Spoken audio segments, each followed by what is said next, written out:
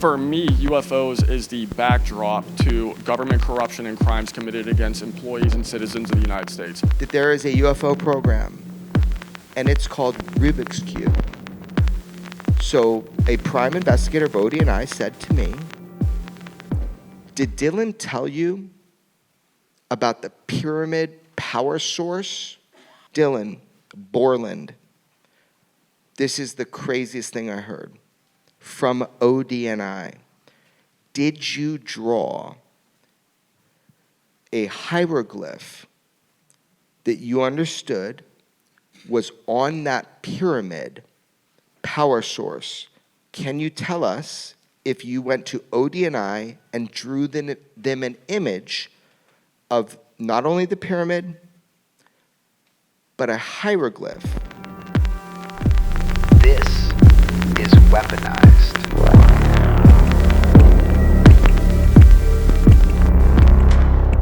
This is Weaponized. I'm George Knapp, relaxing here in Las Vegas after a brief but exciting road trip to McMinnville, Oregon for UFO Fest. Jeremy, that thing is always a kick, isn't it? It is just the greatest. I want everybody in Weaponized to celebrate with me. Take 10 seconds. Go get yourself something. We're about to celebrate and talk about something. So, happy Weaponized, everybody. Gatorade, does that count? Sure. It's that event is fun. We spoke about it. We're going to share with Weaponized audience what happened on there, because we did break some news. But I would just want to say again how much fun it is. And, it's not a bad thing to have fun in UFO world. While you're, to go in there, people would dress up like aliens, and maybe it's too light and too festive for a lot of the purists inside the UFO investigation. And that it seems too frivolous to have people in costumes and having fun. But I think it's a great combination. They're right down the middle of, getting the whole community to participate. But also inside the building in the presentations, it gets very serious. Yeah. So I want to back up. I didn't know people had this weird thing where you can't go and support a gigantic town where people come from all around the world to listen to speakers, to have fun. They bring their pets. I met a couple that had brought their pup from Germany, the cutest little doggy. And it was so beautiful and fun. And the other thing is the people. It's not like everybody comes up to you and they're like, I was abducted and here's a bunch of papers. They're like, hey man, what's going on? Big hug. I mean, I must have shook 3,000 hands. I fist bumped all the kids in the line when I had the golf cart and their infinite wisdom again with the parade. It is the most joyous thing that I do when it comes to investigating and doing journalism and UFOs. It is so fun. So if anybody ever, I'm inviting the entire world to next year, even though I don't know if I'm invited back after going to jail. Yeah, the only one I can think of that's like that's on a par with McMinnville is Phenomicon in Vernal, which has risen over the last couple of years. I've been there a couple of times, a lot of fun. Again, same kind of an atmosphere, fun outside and then very serious presentations inside. And it's a good mix, I haven't been to the Roswell Festival, UFO Fest, but one of these days we're going to have to drag ourselves there. But this year we were invited to speak, and we saw it as an opportunity to get into something serious that has really been on our mind for several months now, and that is a prior investigation under the Office of the Director of National Intelligence. We haven't been able to reveal much of that publicly and didn't know if we were ever going to release it publicly, but this got going last fall. You and I were invited to meet with some ODNI personnel, and this effort was initiated by Tulsi Gabbard, the Director of National Intelligence, to get to the bottom of UFO legacy programs. So look into UFO legacy programs and see if there's any meat on the bone. Are there crash saucers? Are there alien bodies? If so, who's got them and how are they hiding them? And we were excited. We were excited, right? Yeah, I thought we had talked about this publicly, but I guess that on Oregon was probably the first time we really... No, we talked about it with Matthew Brown in that episode that this had occurred. But this was an outstandingly new kind of insight into that experience. But just to recap it, oh, absolutely. Look, when the United States of America says we're going to protect whistleblowers, we saw everybody at Congress. Some of them were there, and they're like, can you help get them to come in? We will give them whistleblower protections. We just want to know the details of what they saw. They're totally protected. They can tell us anything. We have every authority under God and the country. And you and I are like, oh, hell yeah. Finally, these whistleblowers, they get some help. Now, you and I were cautiously optimistic because, spooks. We're like always, people trying to entrap us and all this stuff, fake information. But I felt like you. I was like, let's fucking go. And so I kind of made the pitch to a ton of people and directly connected prime investigators in ODNI on the phone, on Signal, to a bunch of names that people that have raised their hand and testified, people that haven't as well, and people that are unknown to the public as well as known to the public. And wow, we really, really found out right during the second premiere of Sleeping Dog. Actually, I was behind stage when we were texting. We really found out something. A CIA employee raises his hand under oath in Congress and says that the whistleblowers were being tapped. Who's also saying the ODNI was being spied on by CIA. Now we know for sure that all the whistleblowers that went in were being monitored when they're supposed to be protected illegally by the CIA. It was affirmed by a CIA agent himself who testified. That didn't blow my mind. It was confirmation. Got a call from everybody that testified to ODNI, and we're like, we knew it. We knew it. So we knew it the whole time, but there's confirmation. Does everybody know what I'm talking about? Play the clip, Michael. I am a career CIA operations officer, and as you mentioned, I was on joint duty assignment at the Office of Director National Intelligence Directors Initiatives Group, or the DIG, between March 2025 and April 2026. I was responsible for leading the DIG's investigation into COVID origins, anomalous health incidents, and unidentified anomalous phenomena.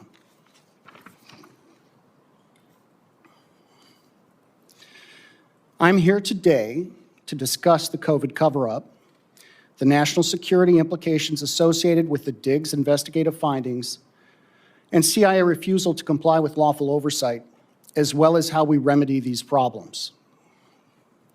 The CIA illegally monitored the computer and phone usage of DIG personnel, their investigations, and contact with whistleblowers.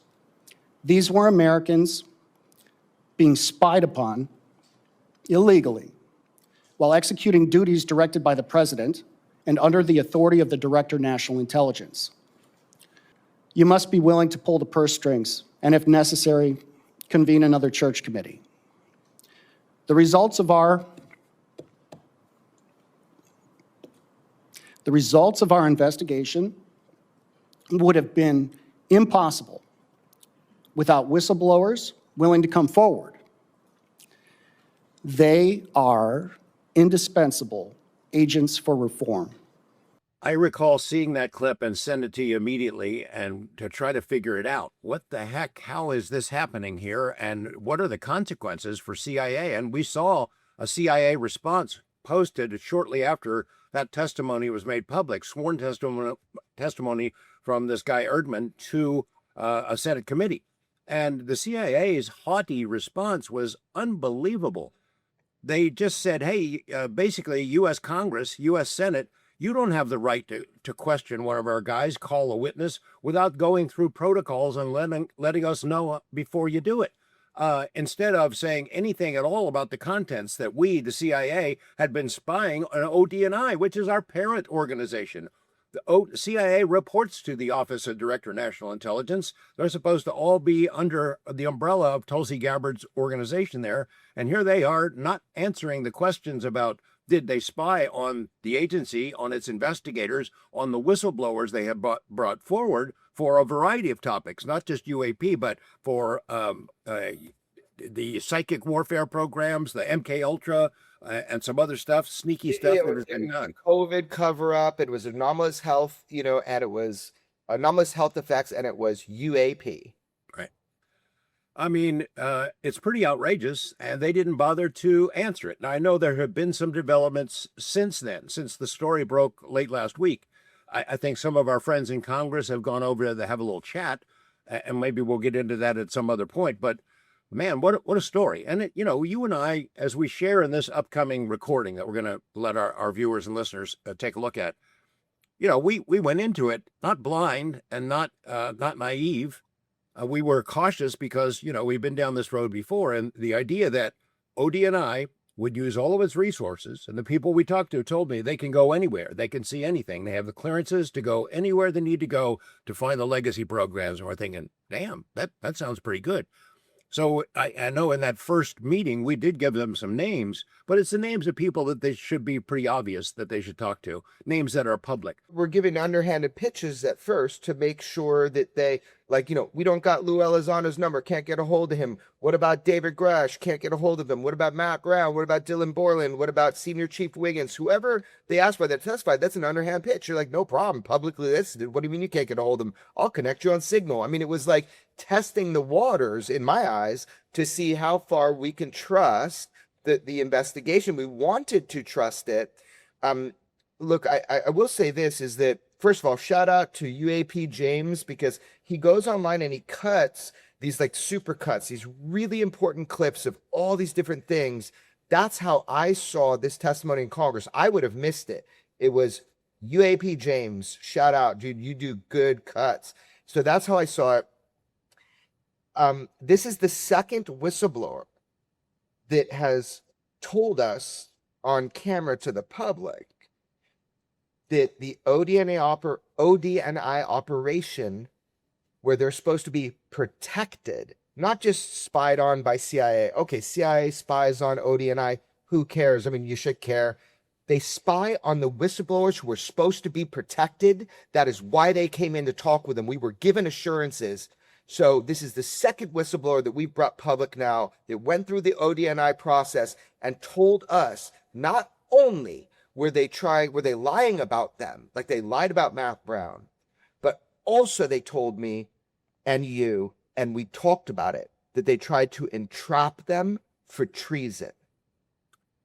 Yeah, it's pretty underhanded, and it's equally confusing. The guy who testified before Congress was the head of DIG. That's the director's initiative. He was the guy in charge of looking at all of these various sensitive topics on behalf of Tulsi Gabbard and ODNI. So he's in charge of it.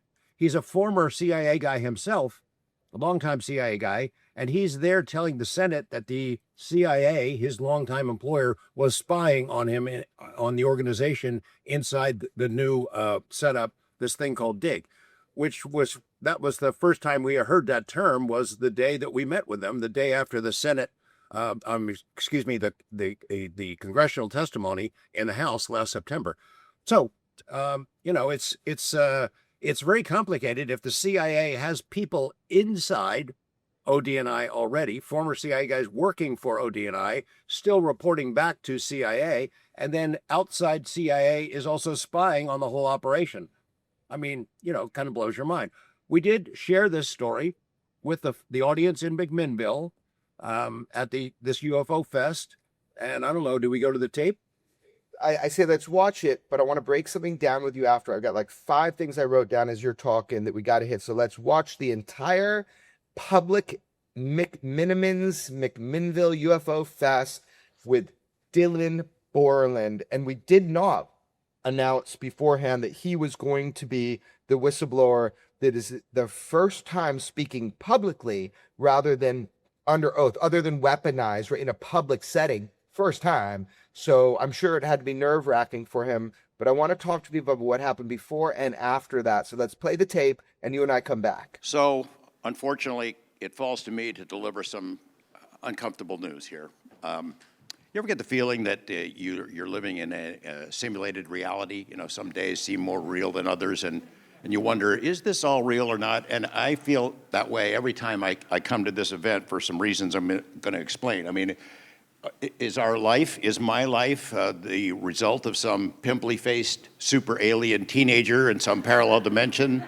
Or something like that, a higher dimension, an alternate reality? I wonder about it sometimes. And unfortunately, I think it's true. And what that means is that, in particular, this simulation here tonight is mine, which means that all of you are bit players in my simulated reality. It all evens out, though, because you all have your own simulated realities, and I'm just a bit character in those. So, you know, it kind of balances out a little bit. And the reason I think about this, that it's a simulated reality here, is because of the synchronicities and weird coincidences involving my life and our host, McMinnville's. I think the universe is trying to give us a little clue about what my reality is all about. And Jeremy and I are always happy to be here and always happy to participate in something that's produced by McMinnville's because of the similarities that we share. Number one being, they produce a lot of beer, yeah. They brew their own beer and they dispense it in their own taverns, and I happen to like beer and taverns. And they grow their own grapes and they produce these premium wines. Wine, yeah, I'm good with that too. They roast their own coffee beans and produce their own coffees, really high quality stuff. I drink about 3 quarts of it a day on a typical day. The fourth similarity is cats. I don't know if you've been through their gift shops or seen the t-shirts and coffee mugs, and they've got cats all over the place. We were just introduced by a guy who's got a gigantic alien cat on his shirt, and I happen to have a lot of love for cats. I am owned by 6 of them at the present time.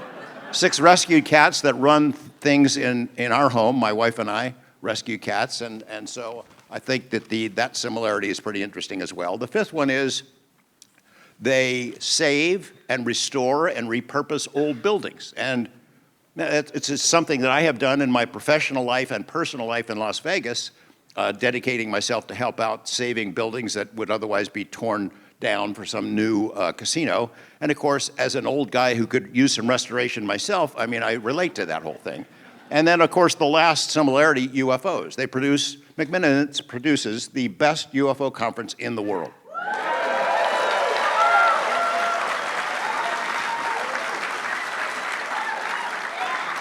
I mean, I've been to them all over the planet. This is the best by far. I mean, all of you folks take it seriously, but you also still know how to have fun. You're not crazy. You don't spend every waking moment of your life digging into UFOs, or do you? Yes, sir. Yeah? Okay.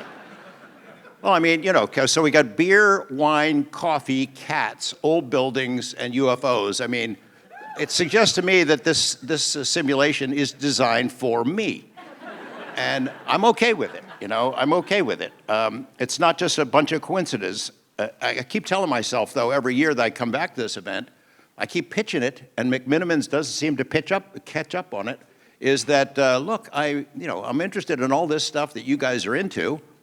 I'm young and hungry. I'd work for intern wages. Why don't I get hired? It's not scripted in my simulation, so it's not going to work out. The last similarity, though, is a little bit more serious. Jeremy and I have been talking about what kind of presentation we would do here tonight for months. And we had something definite in mind, to talk about whistleblowers. You know, our work, whatever we do, is so dependent on whistleblowers. The information that comes our way is from whistleblowers. Most of them do not go public in any way. They help us find things that other people can't find and bring truth to folks like you here and on WEAPONIZED and other platforms at our disposal. They put everything at risk. I mean, they put their lives at risk to bring us a little closer to, I won't say capital D disclosure, because we're not anywhere near that, but at least closer to truth, closer to transparency. They risk their careers, their livelihoods, their families, their lives in many cases. So, we were planning on talking about whistleblowers, and one whistleblower in particular. 2 days ago, kaboom, something drops on Capitol Hill. This witness comes forward, James Erdman III, who had worked as a career officer at CIA, who had gone to work for ODNI, the Office of the Director of National Intelligence, ODNI. Tulsi Gabbard is the person that holds that job. And he says, I went over to ODNI. I was put in charge of something called DIG, the Directors Initiative Group. They launched a series of very quiet, confidential investigations into very serious topics it's not even a year ago, and kept it very quiet. One of those topics was the origins of COVID, and that's what he was called to testify about. One was about JFK, the murder of the president. One was about, it's not Havana syndrome, it was, It was anomalous. Yeah. Some very, MK Ultra was one, and lastly, it was UAP. Now, we happen to know about the UAP investigation because Jeremy and I, and we're going to get into that, he's going to share some details with you, we're the first people they called in about it. And what happened was outrageous and illegal. This guy testified under oath before the Senate that CIA, which is under ODNI, ODNI is its boss, CIA reports to ODNI, that while these whistleblowers had come in to share information, putting their lives, their careers at risk to share information because their government asked them to do so, had been spied upon, their phones were tapped, their computers were hacked. The CIA was not doing this to help the investigation, they were doing it to collect dirt on these people, completely violating any confidentiality pledges that had been given, privacy pledges, and ignoring that they were investigating, spying on their own boss organization. That's what he testified to. And so that is quite an amazing synchronicity leading up to what Jeremy and I had talked about presenting here today. So I'm going to turn it over to you from here on. What's up, McMinnville? How you doing? Yeah. What a cool moment this is. George's middle name is motherfucking, so George motherfucking Knapp is in the house. Man. My birth certificate. Yeah. It took a little, it's like moving the nuclear football. Every once in a while, I got to change shit around to get him here. Man, I'm so grateful George is here. I couldn't do this, I wouldn't want to do this without him, so this is really neat. We all get to hang out. There's breaking news. Tonight is about transparency, and I didn't know how far we were going to be able to go, and I didn't know how this night was going to go down. You're in for a treat. Tonight is really, do you have a guess who's here? They literally have no idea. This is we kept a secret. Can we keep secrets? I guess we can. Part of telling secrets is keeping secrets. But, look, I'm going to get to brass tacks right now. When I met George Knapp, he had one cat and thought I was CIA. Now he has 6 cats and thinks I'm ONI. They told me. My wife made a piece of artwork that he is sure is spying on him because it makes sound at night. So just wanted to level with you before we get started. George and I have had a good run. The only reason why we're doing this is because of you, because I am like you. When we're standing up here, we're talking about this, I am curious as fuck. It's a sickness. I am disturbed. I am weaponized. I want to know. I want to know the truth, and I don't know the full truth. But what I do know is that along my journey, I have been lost. And sometimes people anchor you, and George anchored me. And I hope that we can anchor you a little bit into where the fuck this is going. So McMinnville, just real quick, McMinnville, round of applause for existing on planet Earth right now. Let's go.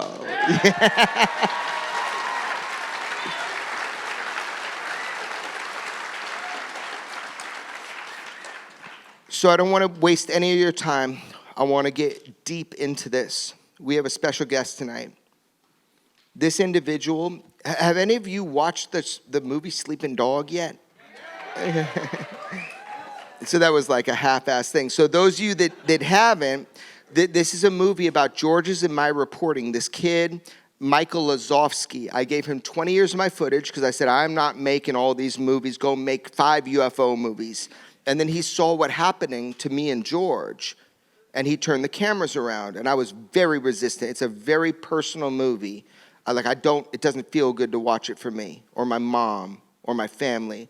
But at the same time, it tells the truth, and we provoke something with this film. If you've been paying attention, it's provoked something. Now, in this film, you hear somebody, and you hear a conversation that you are not supposed to hear. Because, by the way, I just want to be real clear with everybody. I've recorded every single conversation that I've ever had since 2011 with federal officers, everybody. Go ahead, come after me. I've done it. That is my protocol. I have recorded these conversations. And one of those people I recorded with you here in the film, and he is, it's a hard moment for him. But then you see him standing up with his hand in Congress, and his name is Dylan Borland.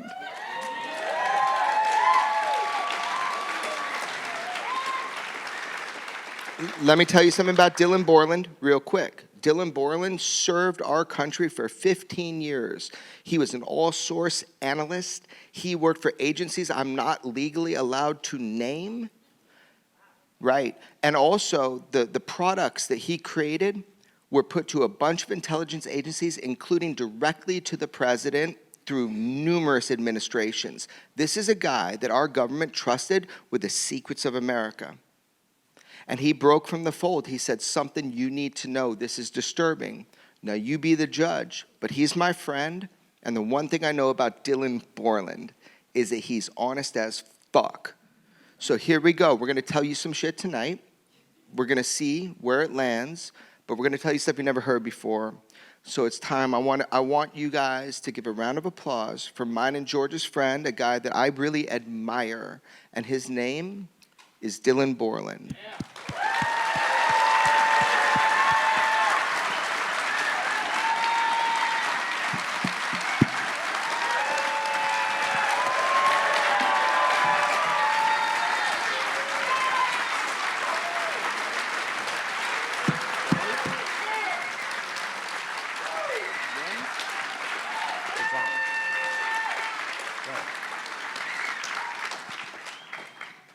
Is this working? I don't know if disclosure's working, but your microphone is working. Well, I appreciate all the jokes.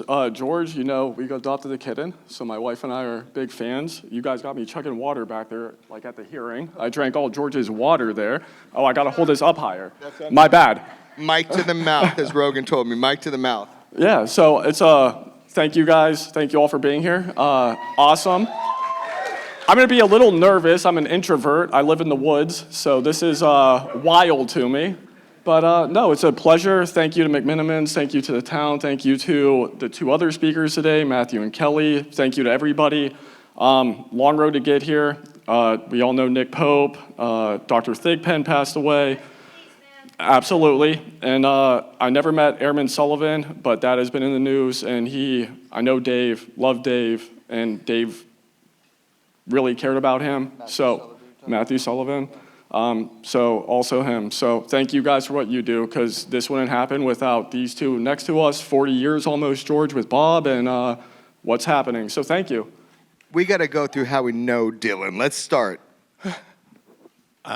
We had a code name for him. Jeremy had been talking to him for a while. We went back to Washington to do some skullduggery, and the last thing we were going to do on that trip was to meet with Dylan. I didn't know his name at that point. And we arranged a meeting outside of D.C., outside of the district, in a state nearby. We're going to meet in a public park.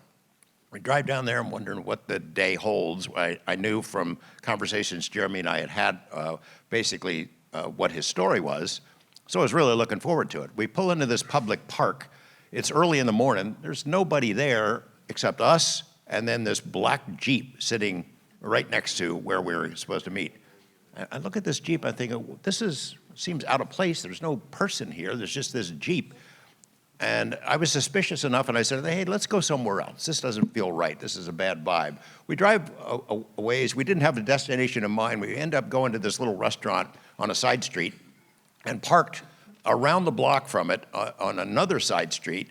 And we go in and we have a very detailed conversation. We come out an hour and a half later, there's that goddamn black Jeep sitting right up against our bumper. It was like it was like an announcement. Yeah, we're watching. Yeah, we're there. It was completely out of place, and somehow they had found us, same Jeep that they were watching us. But Jeremy, you had a meeting with Dylan before, and the same thing had happened, a different vehicle showed up. Yeah, that was I'd like to hear Dylan. We've never been able to publicly talk about this, even privately talk about this, but it's always a stressful situation when you got somebody coming to you saying, I'm going to officially come forward. Can you protect me? And it's like, yeah, totally. Like, fuck. But I think we have a protocol, as you hear in Sleeping Dog, that Chuck McCullough is mine and George's lawyer. He's the first ICIG in American history. The guy worked 13 years NSA, 9 years FBI. He knows a thing or two. So basically, when I met with Dylan, we didn't trust each other. He didn't trust me. I didn't trust him. He trusted me enough to come to me.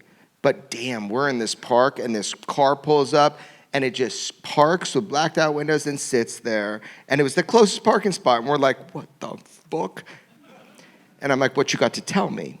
And that's the thing is Dylan is so careful to not reveal anything classified. He'll say a bunch like, I can't confirm or deny, right? He'll say that. And that's because we don't know the legal situation right now with the case, with Dylan's case. So, George, you asked me, what was that experience like? Man, I was sweating bullets trying to make him comfortable. You tell me what that was like.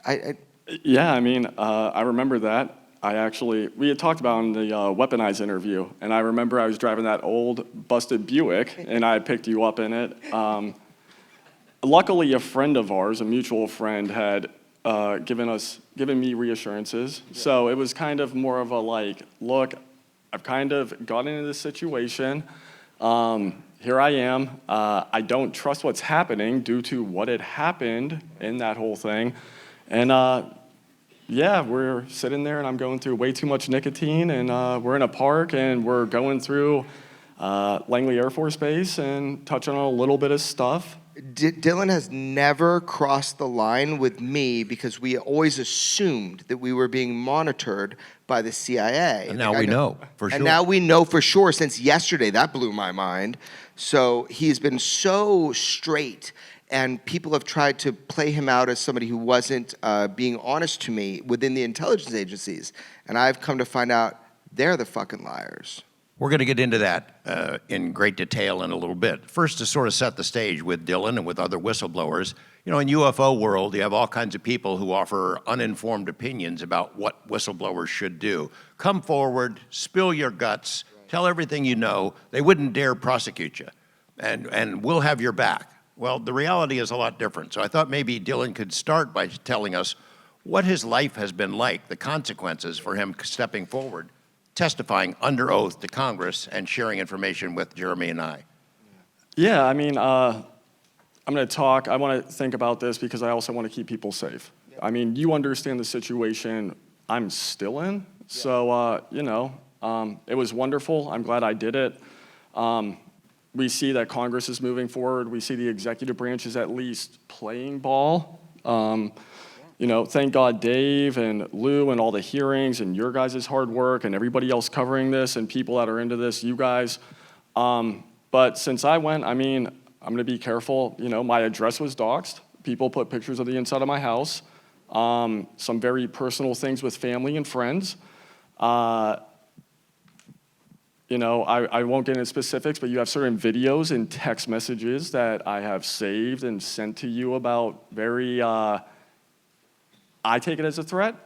We call it a perceived threat, to be fair. Yeah, I always say there's perceived threat, because I went through that. If you watch Sleeping Dog, like I went through a time, I don't know if it's perceived threat or real threat, but it still feels like a threat. And so I don't want to diminish it by saying perceived threat. He's had some things he's not going to say tonight. They're real threats. What about real consequences that are, you know, that you can talk about? Your job. Do you still work for the federal government? Do you work for an intelligence agency? Do you have a clearance? So I do not work for any government agency. I am currently living my best life off savings and frugally living my best life. Your clearance is gone, right? So I don't know. So my clearance was valid when I went to DNI, and I had all my tickets and my polygraph. Everything was good then. I have not put in a request to figure out if my clearance is still valid. I would assume it is, though. Yeah. I would assume, unless they did an admin withdrawal, which goes back to what BAE did to me years ago, which is, for those of you who don't know, it's basically like it's a bureaucratic way to force somebody to have their clearance withdrawn. So you don't lose it, it just doesn't exist. Are you employed? No. Have you tried to find employment? I have. Will you ever be able to work for a government agency again? I don't know the answer to it. I highly doubt it. And have you applied? Kind of. I'll say, look, go be a park ranger up here. I mean, this is a beautiful place. I'd be a park ranger. I'll take you guys out, you know. He'd be the most fun park ranger on planet Earth. But I think what McMinnville is about to hire me, so I'll get you in. So. Thank you. I need it. I think what George is getting at is, so what people don't understand, when people come to me and George and they're like, we have something we want to say, and like, can you can we say it? I said, do you want to say it in front of Congress? So it's like maybe 2.5 months that I had like national security people vetting Dylan to be able to testify, right? Like, by the way, not the time he testified, like before too, they had the option. And a bunch of people never make it. A bunch of people never make it to testify. And that's not like, I would put him out right away. So here's the deal.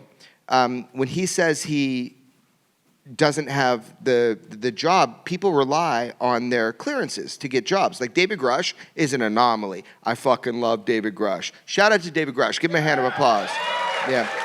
Man, I think him, Burchett, and Luna got balls the size of church bells. So here's the deal. David Grush is like an anomaly. He got hired back into government after being a whistleblower. When in history has that happened? Someone like Dylan, he knows when he raises his hand and does that, it is over. Matthew Brown, it is over. And that is their career, the idea that they could continue with certain clearances. So Dylan has, and his amazing wife, who they're the incredible couple, right? It's been hard for them. So Dylan was like, can I say what you were applying for? Yeah, go for it. Yeah, so like he's applying to go to like work at Home Depot and work at a bank. He's trying to figure out how to make a living for his life. That's the reality. So can you imagine when people come forward to me and George and we're like, oh yeah, great idea. You'll have no career. So people like Dylan, they decide to tell you the truth is more important than my typical everyday career I've been working on for 15 years for Dylan. Do you understand? Yeah.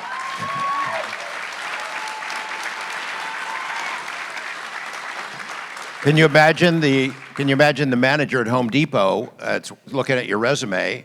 Oh, you reported to the president, is that right? I mean, I can tell you firsthand. It's a joke. Matt and I have talked about it. Dave, Herrera, we all kind of loosely know each other by now. I think we're all looking out for each other, really trying to help each other, help their spouses, kids. I mean, this takes a toll on people. Yeah, what you just said, usually most people that work a normal job, Walmart, take a look at it and they go, you're either schizophrenic or you are way too qualified and you are not getting hired. Did they try to make you at one point seem crazy? I mean, I don't know if you can share that. Well, yeah, we talked about it in the second interview. Right. We talked about it. And For this audience a little bit. Well, I mean, this goes right back to like the whole thing with, I'll be respectful. We had talked about this before. The problem is that these agencies, which we now know, and you just talked about it. So you have CIA working for DIG. You have CIA, they're called NOx, non-official cover. They work in all assets of life. Banks, carpentry, chefs. Chef is another famous one. But these positions, basically, you have people embedded, and with this subject, some people are read in, some aren't, and some people know what they're looking for and some don't. But you get in this situation where basically, once you bump up against a wall, you're kind of stuck. So how do I want to word this? It's difficult to explain. It's difficult to explain. You had doctors at the VA. I did, who was sent in. The doctor at the VA was a CIA doctor, a CIA employee, worked at the CIA, and knew quite a lot about my career personally, and named people that I worked with. So did she think you were perfectly balanced, give you a thumbs up to go back to work? So officially, yes, because again, I was working. I officially had my clearances to work, but I couldn't get another job. But medically, in the medical record system, that is still a headache you're aware of, is a different story. What is being said for documentation to have to be used against me and others. So similar thing with David Grush. Yeah, I just want to interrupt for 1 second. So this is a really deep story. Yes. It's been years of us unpacking it. It's been me vetting Dylan, what he said, George and me finding out what's going on. There's too much to unpack tonight about what has been done to Dylan behind the scenes. But just like Matthew Brown, David Grush, Lou Elizondo, Jay Stratton, all these guys. There's an operation behind to dismiss them, but I want to get to brass tacks with you. There's a reason why Dylan came forward. And I have specific knowledge I'm going to talk to you about tonight. I don't know if Dylan can confirm some of this. We're going to ask him in real time, so let's see what happens. But the bottom line is UFOs, right? Non-human intelligence, craft, reverse engineering. What does Dylan know? Why did he feel compelled to throw away his career to tell you something? Were they threatening before he decided to talk? Or did he decide to talk and then he got threats? Well, I know, I'm just going to speak about you like you're not here. I know their life. It was years of me being able to trust him. Dylan is telling you like it is why we had him testify. Not only did he have a personal experience on a base with what we would consider a UAP, although we're wondering if it was reverse engineered by the United States military, but there's something else. And that's something else we're going to talk about tonight because you did not hear him testify about it in front of Congress. So tonight, for the first time, we're going to talk about that. So let's get to brass tacks. Let's start very simply. You were on a base, official capacity, you were an all-source analyst, you were working at night, you went out for a cigarette break. I think this audience wants to know, what did you see exactly? So one correction, I was a geospatial analyst at that time. Yeah, as I testified to, I was sitting there smoking a cigarette and a light pops up near the NASA hangar. I can't tell you if it was in it. I can't tell you if it was landed next to it. I can't tell you if the light was just off. I see a light pop up from the hangar about 50, 100 feet, pops up, stops, finish my cigarette, start walking up to it to go walk around the track. Light flies right to me, stops 50, 100 feet in front of me, and as I said, I can't tell you if it was active camouflage, I can't tell you if it manifested, but a approximately 100-foot triangle, equilateral triangle, about 1 to 2 stories thick, stops right above me, cell phone gets hot, completely freezes, static electricity, and it had this gold lava-like fluid, I can still see it, and it's just hovering there for about 3 minutes. The center light flashes, it was a white light. The center light was about 2 to 3 times bigger than the corner lights. The center light flashes and just takes off. I estimate commercial jet level. I can't confirm it, but shoots straight up, stops. I get my cell phone reset, and as I'm resetting my cell phone, I can smell a thunderstorm. What smells like a thunderstorm. Yes, that is the term that is commonly known in the IC for it. Jeremy said ionization. And it gets up there, and I'm trying to take a picture of it. I'm like, nobody's ever going to believe this. I was on my phone with a buddy of mine who's a federal government employee at the time, and I get him back on. I'm like, you're never going to believe this. And it just hovers there, and then it starts to go right over the Atlantic Ocean. And if I didn't watch it do it, it would have looked like a satellite. It would have looked identical to just a slow-moving satellite starting to go over there. But it had instantaneous acceleration shot up to the sky? In my estimation, commercial jet level in seconds. But this is not why Dylan Borland is a whistleblower. What people don't know is what he said behind the scenes to all government agencies, including ARROW, ODNI, and his big thing was to the ICIG. Do you know what ICIG is? Okay, Inspector General is like the police.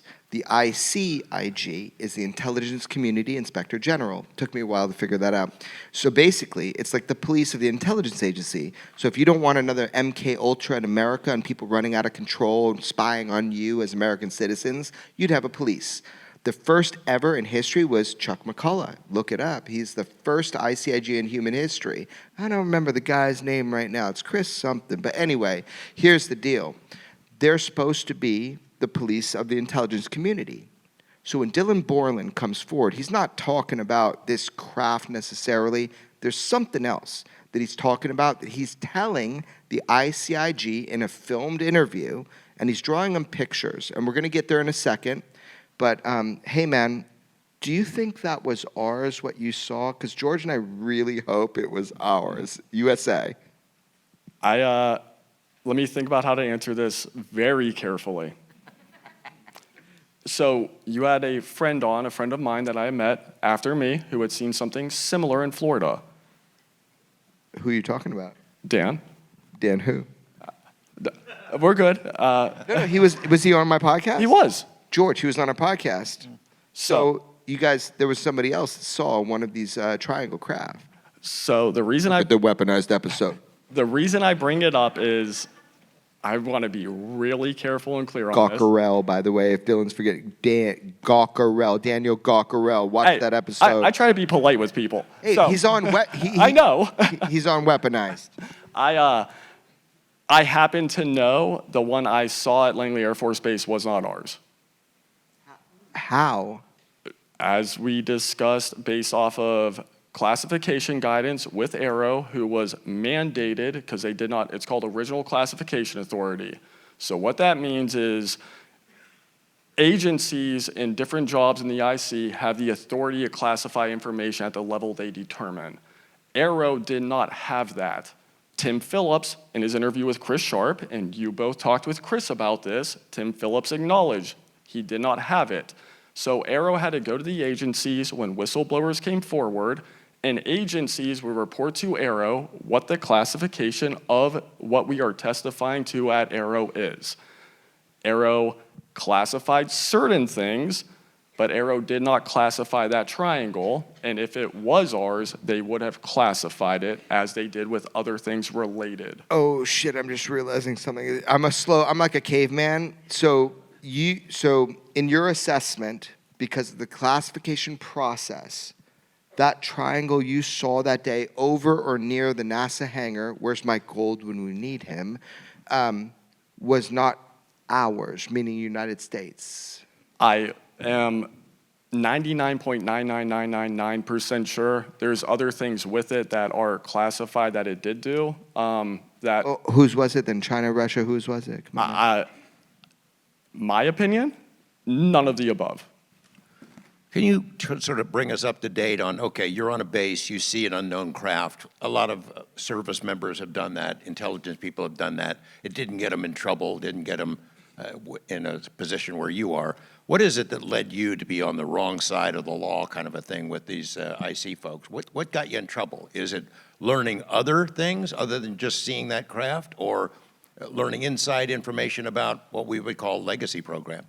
I think it's a combination of both. I think the problem is that I had talked about this, and a friend of mine, one of my tech sergeants, had heard me talking about it, and he was like, hey, you probably don't want to say that. But when I had stumbled my way into BAE systems after I finished my master's degree, there were people there that were well informed of this subject, what people would call legacy program employees, and heard me talking about this and some other things.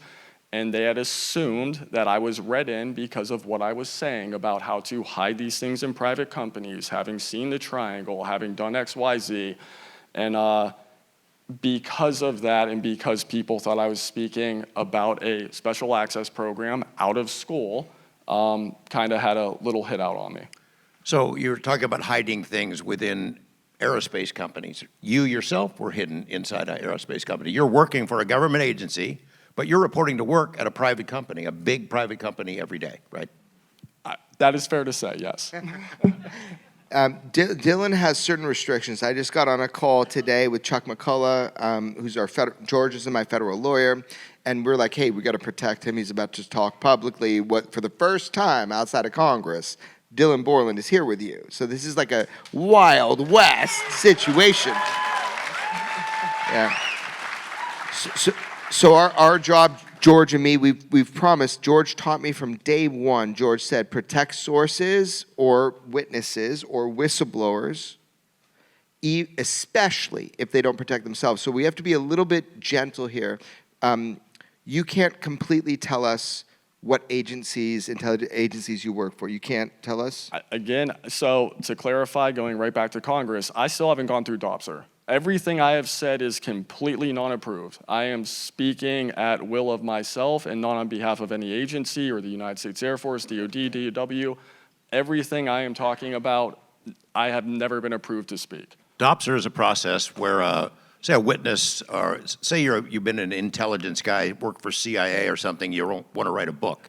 You have to submit that to a process. Any agency which has information and programs or assets that are mentioned in that book, you have to go through the DOPSR process, and all of them get to take a shot at what you write, what you say. You're not writing a book, but you are being careful about what you can say in public. Yeah, and I think this goes back to the other whistleblowers. Most of them have gone through some form of approval. I have been playing this so safe that even if I get into a space, which goes back to the weaponized interview where we were redacting things that are publicly known, but I don't want to put people in danger, and I don't have approval.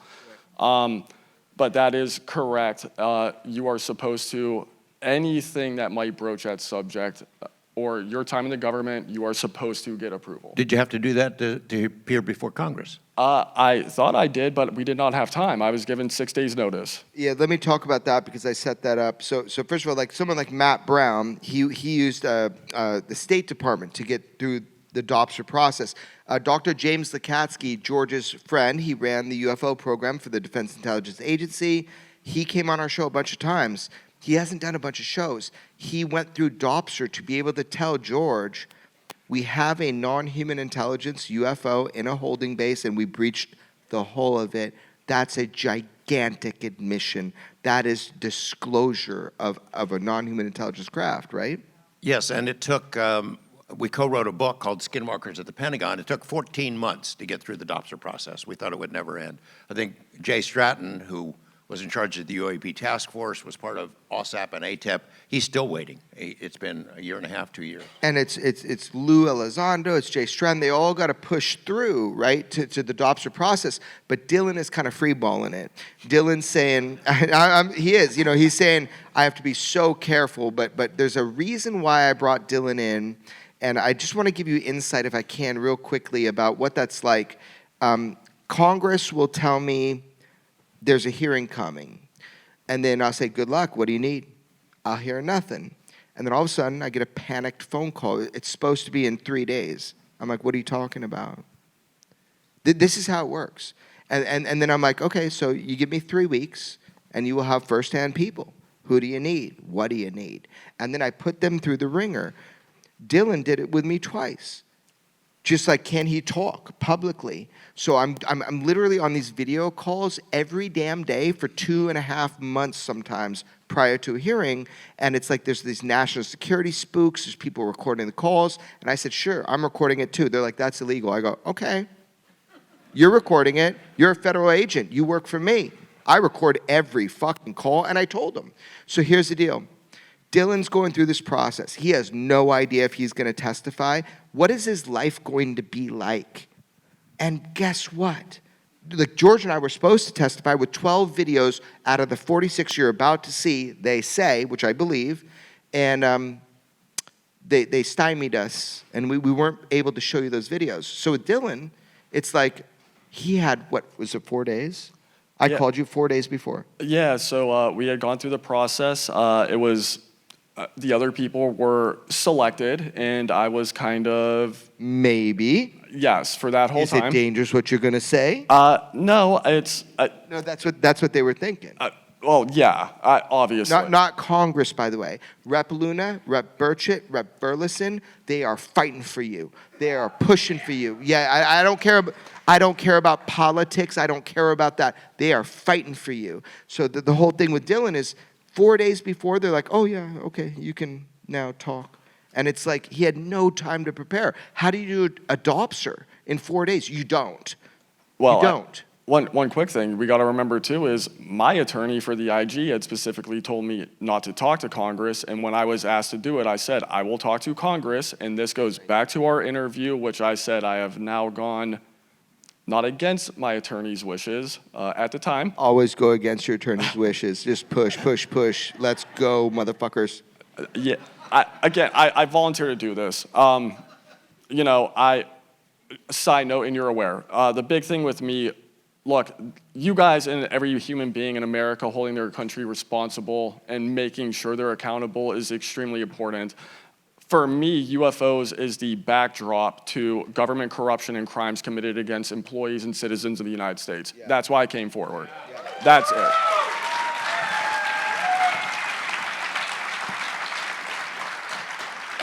we talked about this in the weaponized interview, and our friend, and the very first thing I said was basically like, look, I'm here because I'm scared people will die, and here we are. That's why we called him Scarecrow. It's a code name we used for years when we knew the CIA was listening, and we got proof yesterday. So, Can you give this audience, not everyone is up to speed on every term we're using or your whole story, but can you give us your opinion? You're not have to spill any state secrets, but about legacy programs, UFO legacy programs that are allegedly hidden in aerospace companies, hidden in the bowels of agencies where we are reverse engineering or attempting to reverse engineer alien craft of non-human origin. We don't know if they're from other planets or other realities. What do you think about those? Do we have those things? I'm going to be really careful here. Yeah. I will quote Lou, Dave, Lukatsky, and play this game because we're starting to brush into things that are getting a little spicy. Understood.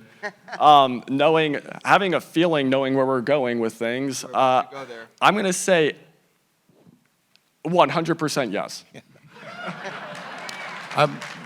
I don't know how far we haven't planned this interview out, and you drew some pictures. okay, hold on. We got to be real gentle here. Yeah. So in Weaponized, if you watched it, you saw Dylan draw a photo of a triangular craft that he saw come up. He drew that for the ICIG. He drew that for Arrow. He made sure that that drawing and all the information was given to the appropriate organizations and agencies as a whistleblower. Dylan Borland is a whistleblower.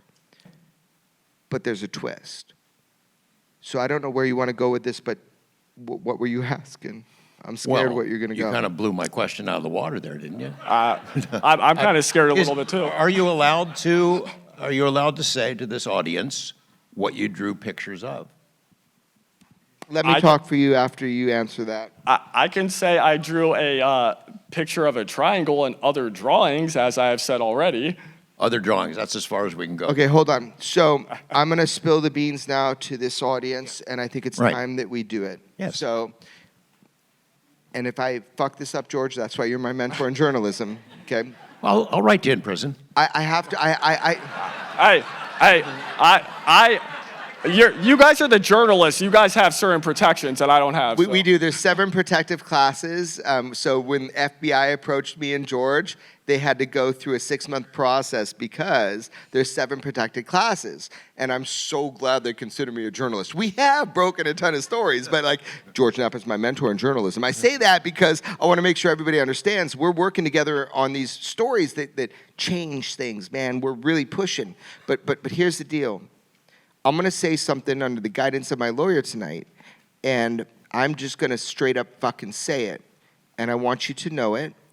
And I don't know what Dylan can respond to responsibly, and it is my job and George's job to protect him, but we're going there anyway, so you do your best. I don't know what you just said, but I heard red rum, and it reminds me of Kubrick and the fucking thing. I'm having a panic attack. Same. Okay, so check it out. ODNI, the Office of the Director of National Intelligence, they had a program. It was called the DIG, the Director's Initiative. George and I were the first people that they contacted. They said, we're going after COVID, the lies. We're going after Havana Syndrome, and we're going after the lies about UAP. We are going to reveal this to the world. And George and I look at each other, we're like, cool. Should we talk with them? And we did. They said, you want to get in the skiff? And I'm like, no. Do you want to come to the visitor center? I'm like, yeah, that sounds good. So we went to the visitor center because we figured we wouldn't have to put our phones in a box, but we actually ended up having to put our phones in an agent's car, which was a mistake. Yeah, for real. And I don't know. I think for real. Who knows? But ODNI was studying the UAP thing, and they were like, we're going to get to the bottom of this. And George and I were, he was cautiously optimistic is what he would say, because he's never optimistic. And I was like, these motherfuckers are trying to get everybody, but but we went. First contact. And I said, okay, she's cool as hell, but you need somebody who's a bulldog. And I said this to a higher up. We got a bulldog. I like the guy. I really like the guy. I'd love to have a beer with him sometime. But he did some dirty shit. I think he did. So here's what happened. They asked us who's willing, as far as whistleblowers, to come forward and talk to us and tell us what's going on with UAP. So I'm like, oh my God, Lou Elizondo, Jay Stratton, Matthew Brown, Dylan Borland, Daniel Gockerell. Like, there's a ton of people. Like, Commander Fravor, have you talked with him? He's a bowler. Are you ready? He was here, by the way, a number of years ago. Right, so I was like, okay, no problem. So George and I put a bunch of people in, but we warned them. Initially, we used names that they should have known already. Yes. You know, we didn't use all the names of whistleblowers, for example. We used the names that Dr. Lakatsky, Jay Stratton, Lou Elizondo, people they should know that they should have approached before they approached us. And we asked everybody that we put in. I called Dylan. I'm like, do you want to do this? I called Matt Brown. I called David Grush, and David already knew the investigation was going on. But like, do you want to do this? And, they say they're really going after it. So that's kind of how it started. So ODNI had an investigation called The Dig. Tulsi Gabbard is the head of ODNI. And I really, from my friends that know her, like, she's straight and on the level about UAP. So we go in, George and I, into the visitor center. I didn't want to get in a skiff. Our phones were still taken. So we go in, and they tell us, we're going to get to the bottom of this. And this is 9 months of me recording every single phone call. Not accidentally, by the way. My cameras just record shit at my house, and I always talk on speakerphone. It ain't my fault. It's not my fault. It's been happening forever. But here's the deal. He swears all of my confidential conversations with him are not taped. So. Nobody cares about the Odin and the cats pissing on the artwork. Space cats, by the way. Space, I do. You ever notice, like, the cats jump up behind George's head whenever he's doing a podcast? Anyway, so just to be, I'm trying to be so clear and transparent with you to set up what we're about to talk about, which is I warned Dylan, I warned Matt, I warned Lou Elizondo, I warned everybody that I don't know these people, but they are knocking on the door like, let's talk. So I said, do you want to talk with them? And everybody, to their credit, everybody's like, yes, brother, let's do this. Let's talk to him. Let's move this forward. Nobody was resistant. There was no hesitation. There was no, just subversion. Everybody was like, let's do this. Do you guys remember when Senior Chief Alexandra Wiggins testified? Remember that? Active Navy officer. Oh my God, the amount of bureaucracy I had to go through to even submit his name is insane. That dude and people like that, everybody's willing. Everybody's ready to go. So ODNI, I don't want to vilify ODNI. ODNI is essential, and it's a awesome group of people. There's one woman that we met that was just so cool in that. And they're all like really, I think, fighting for the truth, but under the direction of a number of other people. However, during that process, did you watch the Matthew Brown Weaponized, where he told you his experiences as a whistleblower just trying to go in and testify to the government about what happened? Did you hear what he said? Yeah, he said they tried to make him a villain. They told me he lied to me and George. They told me he made up Immaculate Constellation. Little did they know that George and I did our homework. Little did they know that we already knew about all that stuff. They said he was a Jew hater. They did. He got that information while he was at a Jewish wedding. He did. So Matthew Brown, it's so funny. Like it hurts my heart to call you guys and tell you when people are trying to entrap you and arrest you and put you into treason. But anyway, I called Matt, and he was at a Jewish wedding, and he's like, I'm part Jewish. He's like, what do you mean? And I go, it's not me. I didn't say that. They said, you said you're a Jew hater. And I said, so I recorded everything. And it's just like, it's so sad to me. It's sad to me that they're trying to make me and George do the dirty work to you and tell you these guys are full of shit. when people like Dylan have served their country, I know Dylan, man. He served his country, and he served you, and he's an honest human. They're not trying to get anything out of this. They're just trying to tell you what's up.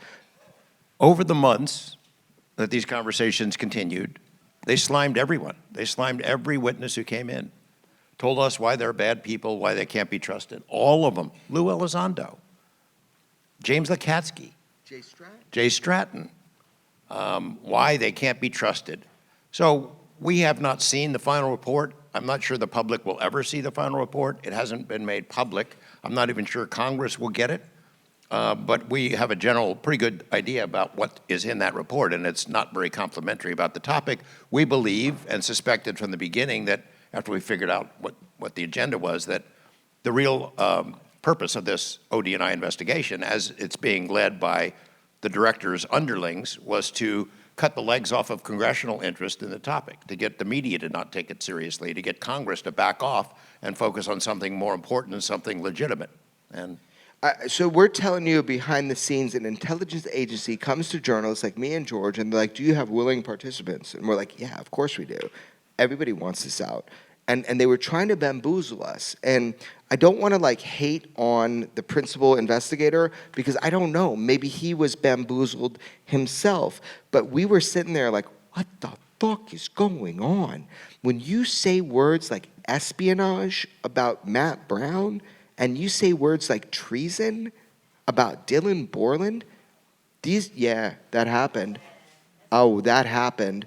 And so I've kind of done, as a journalist with George, we've documented what's said to us, right? That's what we do. We have to protect ourselves and protect other people. But bottom line is this. I have some hard questions right now, and I don't know if Dylan can answer them. But I'm going to ask them, and that's what's up. So Dylan testified behind closed doors. So did Matthew Brown, to a lot of people other than Hand Up in America, in hearings. Matthew Brown has not been given his day yet. I cannot wait until Matthew Brown can raise his hand under oath and testify to you, the American public, and say it like it is. George Knapp and I tried to bring you 12 of the 46 videos in the hearing where they completely, George and I were supposed to testify the hearing before George testified. I said, here's the 12 videos. They tried to get us into a skiff. My lawyer called me. He goes, don't go. I was in the shower, and Rep. Luna called me and says, you know I'm not in that skiff, right? And I'm like, what? And so I had talked with them saying we were going to bring videos. But when you have possession and you go into a skiff, they will immediately reverse classify anything that you have so you can't report on it. So we did not go into the skiff, and you did not get to see those videos in the hearing before the last one that George and Dylan talked at. In fact, they did a switcheroo on you. They had a paid-for journalist that they wanted you to trust. That's why I was pissed. Everybody wonder why I was pissed? One, because somebody turned in my homework. Because they wanted you to trust somebody who is untrustworthy, not worthy of your trust. So here we are. Here are the big questions. What did Dylan Borland testify to? And how can we say it to you legally right now? I have an idea. okay. Before I say this, do you have anything to say? Because I'm about to go. No. Fuck.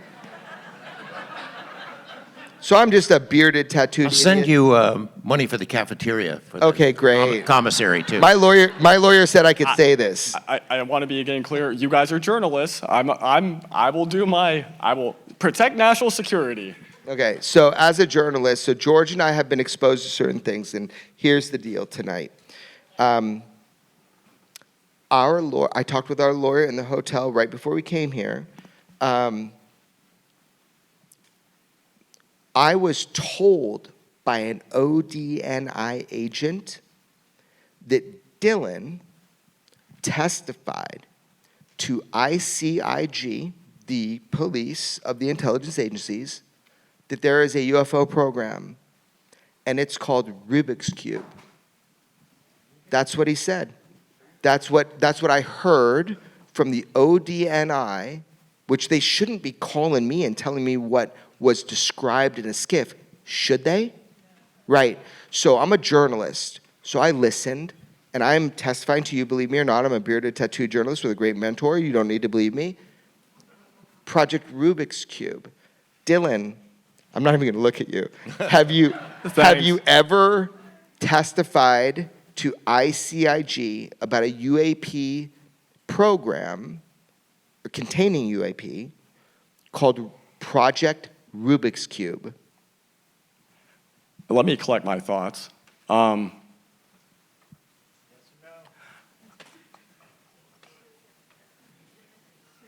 am not in a skiff. I am not going to jail. I can neither confirm or deny, but if you want me to answer that question, ask for amnesty for the whistleblowers, as Congress and the executive branch should give it to us, and I'll answer that question gladly.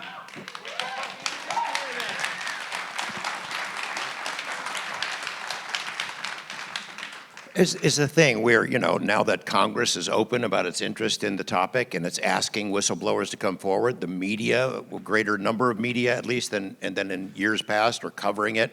The UFO public is demanding it, calling for it, promising to protect whistleblowers. Don't worry, you won't go to prison. We'll rise up in unison and decry any kind of prosecutions. And, good luck. You owe it to the world to come forward and say this. Well, the reality is different for those people because it disrupts their lives. Dylan hasn't shared all the information about what's happened to his life, he and his wife's marriage and their life together. Matthew Brown hasn't told the full story about what it's been like for him and other people. It's been miserable. You're under surveillance. You know that your employment opportunities are limited. Maybe you have a classification still, a security clearance, but you're never going to work in those programs again. You were held in limbo for months, right? 4 years. Yeah, where you couldn't leave and couldn't go anywhere else, and you knew you weren't going to stay for very long. It was like intolerable to not know from one day to another whether you had a paycheck coming in anymore. Yeah, agreed. So, it's easy to go ahead in the UFO bleachers, come on, whistleblowers, come forward, we got your back. There's nobody helping whistleblowers. There's no fund to help whistleblowers to get them through the hard times that are inevitable when they come forward. And, I'm glad to hear the public interested and Congress interested, but there's nobody stepping up really to actually help them get through what is a painful, dangerous period of their lives.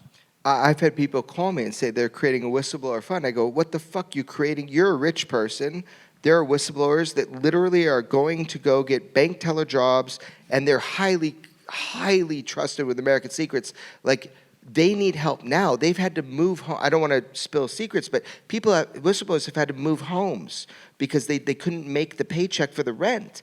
And I'm like, you guys are these rich people creating these whistleblower funds. Why don't you help the people that have testified, by the way?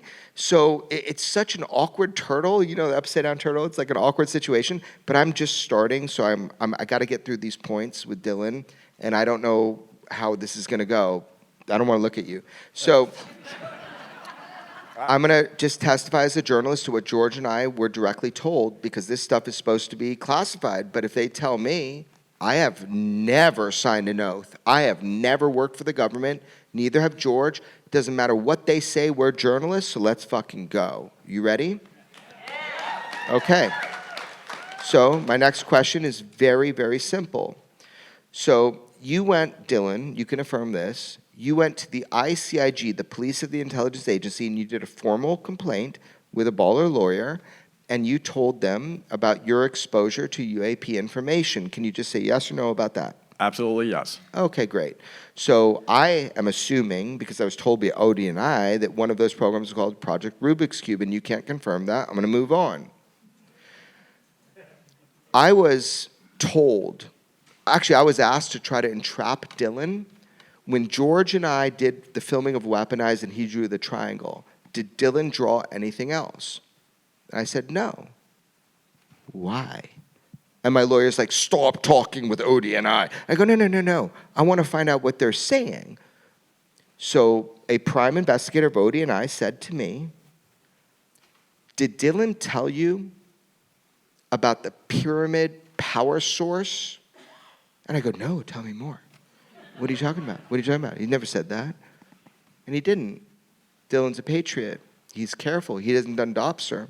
So my question to Dylan in front of you, I don't want to look at him. It's real simple. Did you draw an image of a non-human intelligence pyramid power source, maybe at Pax River, for the ODNI? Did you? Yes or no?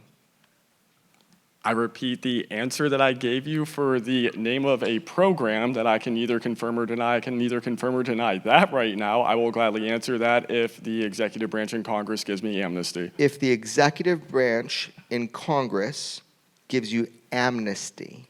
I can neither confirm or deny. Uh-huh. If I am legally allowed to answer that, I would love to. You would love to? do so. You'd love to answer that question? Absolutely. No, bro, stop. No, Dylan is my friend. He came forward, apparently, George and I learned through ODNI about non-human intelligence, a pyramid-shaped object that is a power source of non-human intelligence. I didn't learn that from Dylan. I learned that from ODNI. Is that true? I don't know, but he seems to want to answer, and he's asking you. He's asking Congress for amnesty, and he'll answer in front of the American public. Got another question. Are you ready for it? Okay. I'm not going to look at you. George and I are curious cats. George is like, do you know Felix the cat? He had like a bag, and in the bag, he's like a bunch of stuff. Like curiosity killed the cat? Hell no. Curiosity weaponized the cat. George and I got a question. Dylan Borland. This is the craziest thing I heard from ODNI. Did you draw a hieroglyph that you understood was on that pyramid power source? Can you tell us if you went to ODNI and drew them an image of not only the pyramid, but a hieroglyph that was on the pyramid, which would be really weird? Did you draw that image for them? I unfortunately am going to repeat the same thing because I am not going to jail. I can neither confirm or deny. Okay, let me back up 1 second. So what you're not saying is if you're given amnesty, that you would answer mine and George's question on if there was a power source that was a pyramid in shaped, a triangle for an angle of observation, George, and there was a hieroglyphic kind of image, which is a weird thing, on that power source of non-human intelligence, you would tell the truth to America under oath, standing in front of Congress. Would you do that if they give you amnesty? I would tell the truth about everything you just asked without hesitation. Fuck. Okay, one more question. Last question. So, George, what I want to highlight now, we have not scripted this, we're not ready for this, but I happen to know, and you happen to know, that there was an attempt to entrap, which is legal, by the way, to a federal agency to entrap somebody. I believe ODNI, or maybe not ODNI, Arrow or somebody, tried to fabricate that Dylan drew a fourth, because by the way, I was told those two drawings exist, that he drew a pyramid, that he drew, which was the power source, and that he drew a hieroglyph in the ICIG and to Arrow, and that's what he drew, and he told him about Project Rubik's Cube, but I was told something else, and now I know that it's fake, it's not true, it's a lie about Dylan, and I'm going to bring it up tonight. But before we go there, George, so I believe Dylan, they were trying to entrap him by falsifying evidence for treason against him. How do we open this, George? I don't know where to go. You're my mentor. Let's go, motherfucker. Well, I just looked at the time, and I know that our audience wants to answer some questions. No, I'm not doing that as a dodge. I'm just saying that I know you guys want to ask some questions of Dylan. some of which he might be able to answer, and some not. So if you want to ask him one more. One last thing, because this is the kind of the point for me tonight. I called our lawyer, Chuck McCullough, tonight, and here's the deal. I was told that Dylan Borland drew a photograph that is highly sensitive, and it is part of national security, and he's not allowed to put that out. And he mistook it as UFO and alien related, and it was a sensor system. So here's my question I think Dylan can answer. Dylan, you can say yes or no to this, dude. Did you draw a fourth image for the ICIG when you gave your UFO whistleblower complaint that was a sensor system, and what would that look like, and how would you draw that? Not only did I never draw that, I don't know how to draw that. And when our DNI person had called me to accuse me of it, I asked to immediately come in the skiff and see it for my own two eyes and to understand who made the claim. And that is why not only did I get accused of committing treason, which is a lifetime statute of limitations with a death penalty, as soon as I asked to come in and see it, he immediately ghosted me and cut all contact. So no, not at all. So you didn't draw a fourth drawing? There is no such thing. Okay, but did you draw three? Don't answer me. I did draw. Well, I can't answer that. I've said it. I drew one triangle, the triangle I saw at Langley, and two other drawings. You can say that? Yes. What the fuck am I doing? You can literally say, but what I just asked you those questions? No, different. I can say I drew a triangle, and I made two other drawings that were classified. So they classified Dylan's drawings that he didn't draw, okay? But I just want to really drive this home, and then George is right, we're going to questions, but I want you to know, George and I as journalists are witnesses with evidence to something. What we are witnesses to evidence of is ODNI told us. Now, were they lied to? I don't know. I don't want to vilify ODNI. There's some good people in ODNI. But they told me on the phone, if you trust me, I'm telling you, and I have evidence. They told me that Dylan Borland drew a sensitive sensor system that was classified, and they wanted to see if he drew it for me and George to try to get him in jail under treason. And I go, what the fuck are you talking about? And then they told me about this sensor system. Now here's the deal. I asked Dylan, did you draw a sensor system? He goes, how would you draw that? No, I didn't. And in fact, he said, my whole ICIG drawings were filmed. So get the film. And I've seen the text where he's trying to get them to bring him in. He's saying, what did you say? I did a fourth drawing. What are you saying? Let me come in and clarify. ODNI's calling me, be like, oh, we're going to bust him. I'm like, bust him how? He didn't draw a fourth drawing. And guess what? They never let him come in and validate himself. They never let him come in. So what are they running? What are they running? What is that individual or those individuals, what are they running to try to get him for treason just because he told you about UFOs? He saw one at a base with his hand up. That's what we're up against, and I hope I made my point. I hope you understand. But George and I are journalists as witnesses that they tried to get Dylan Borland, Matthew Brown, Lou Elizondo, and Jay Stratton for crimes they didn't commit to stop them from telling you about UFOs. Do you understand? Yeah. Fuck yeah. And Dave Grush. And David Grush. David Grush was the apex predator here. They tried to get him. They tried to get me to get him. They tried to turn me and George on him. David Grush been telling you how it is, how he knows it since day one. He leaned over at a bar to George Knapp, said, I need somebody I can trust. And he went to George, and I have it filmed. So they're trying to tell you that UFOs ain't real? Well, guess what? 46 videos coming. Let's go to Q&A. Again, we're talking about what it's like for whistleblowers. So the kinds of things, and we're not even getting into all of it, but Dave Grush's very sensitive personal information was leaked in a smear attempt. He's been spied upon, the surveillance of all of them. That DIG program, as we learned from the guy who testified before the Senate a couple of days ago, spied on all the whistleblowers that came in. They hacked their phones, they hacked their computers, they've done surveillance. I swear, black helicopters, right, Dylan? Yeah, right. Black helicopters. I Can have. you confirm or deny? I have it on film. Yeah. You know, stuff that would make you look crazy. Holding over your head the possibility of prosecuting for treason, even if they couldn't convict you. We don't even know if that would be done in a public courtroom or behind the scenes. That's the kind of stuff that whistleblowers face when they come forward on this topic. And it's real. It's real. So when UFO Public says, come on, whistleblowers, come on forward, we'll take care of you, it kind of rings hollow with the people whose lives are actually on the line.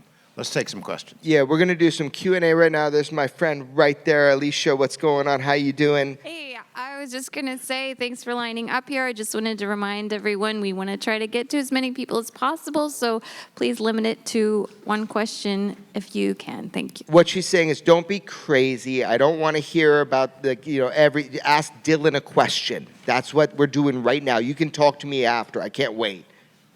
Ask Okay. Dylan a question, or me and George. Okay, I guess I'm number one. All right. Dylan, I was just wondering, what did you do after you went back inside from your smoke break?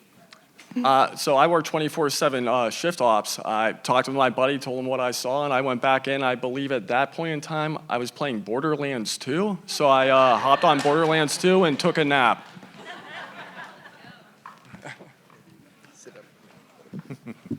What's up, Dylan? Borderlands 2, that's a dope-ass game. Just want to say that. Bro, honestly, like, I have no question. All I really want to say is I see you up there. I see your body language. Like, you want to be up there, but you also don't. And I know you are so legitimate. And I just want to thank you from the bottom of my heart. Honestly, man. Because none of us plebes can really understand what you are going through in your journey with this, except for that you want to tell the truth. Yeah. And that is fucking so admirable. And I have so much fucking goddamn respect for you. So, dude, shout out to you, man, honestly. So, real quick. So, thank you. I appreciate I'm getting choked up. This has been a nightmare for me for years. I want to tell you the same thing I tell everybody. Don't thank me. Thank Jeremy. Thank George. Thank Dave. Thank Herrera. Thank Matt. Thank people who are not here. There are hundreds, if not thousands, of people who have been doing this for years, and whistleblowers right now that are going through things worse than me. So thank them too. Oh, this is my 4th year here, and I have thanked them, and I think they are incredible. But there's a level of polish that comes with doing this year after year, and you are like the raw example of somebody who's just doing this because they think that it's the right fucking thing to do. So thank you. That is true. We got an army coming forward, and videos are coming out. We're making progress. Yeah, I got chills, Dylan. Thank you so much for coming forward. I have a 2-part question because I need to make sure I'm speaking accurately. Did you have to pay your own way to go to the hearing in Washington, D.C.? I have paid my way for everything. I've never taken a cent from anyone or anything, and I, in fact, refuse reimbursement for travel vouchers. Thank you. Now, having said that, why should anybody risk their life to tell the government what they know if the government isn't willing to pay for a freaking airline ticket and a hotel room? Damn it. Fuck yeah. Yeah, I understand. I think the trouble with that is, and this is part of the problem, this goes back to helping whistleblowers and trying to figure out a way to make it look like the government is not paying people on a political bend. So to my understanding, to be fair, the government and bringing whistleblowers in, the idea is that if the government gives whistleblowers funds, it looks like they're not a whistleblower.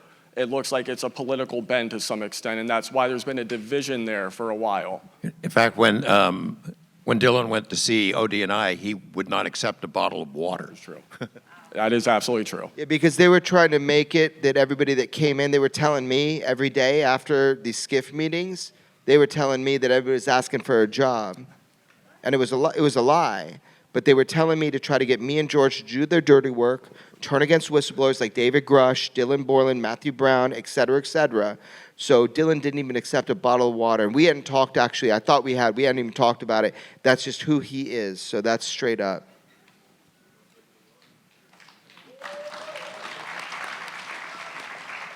Well, I just want to start off by thanking you, Dylan, thanking all three of you for all your work. So during your testimony, Dylan, you mentioned a big difference between the term NHI and aliens, right? Space aliens, right? Arrow, we all love them, right? So the question that I have for you, or any of you, do we have intelligence that you can talk about that points us in a different direction than extraterrestrials? So such as like undersea bases or some of the other chatter we've been hearing lately? Is that something you guys have been hearing? Can we talk about it? I'll let the journalist talk.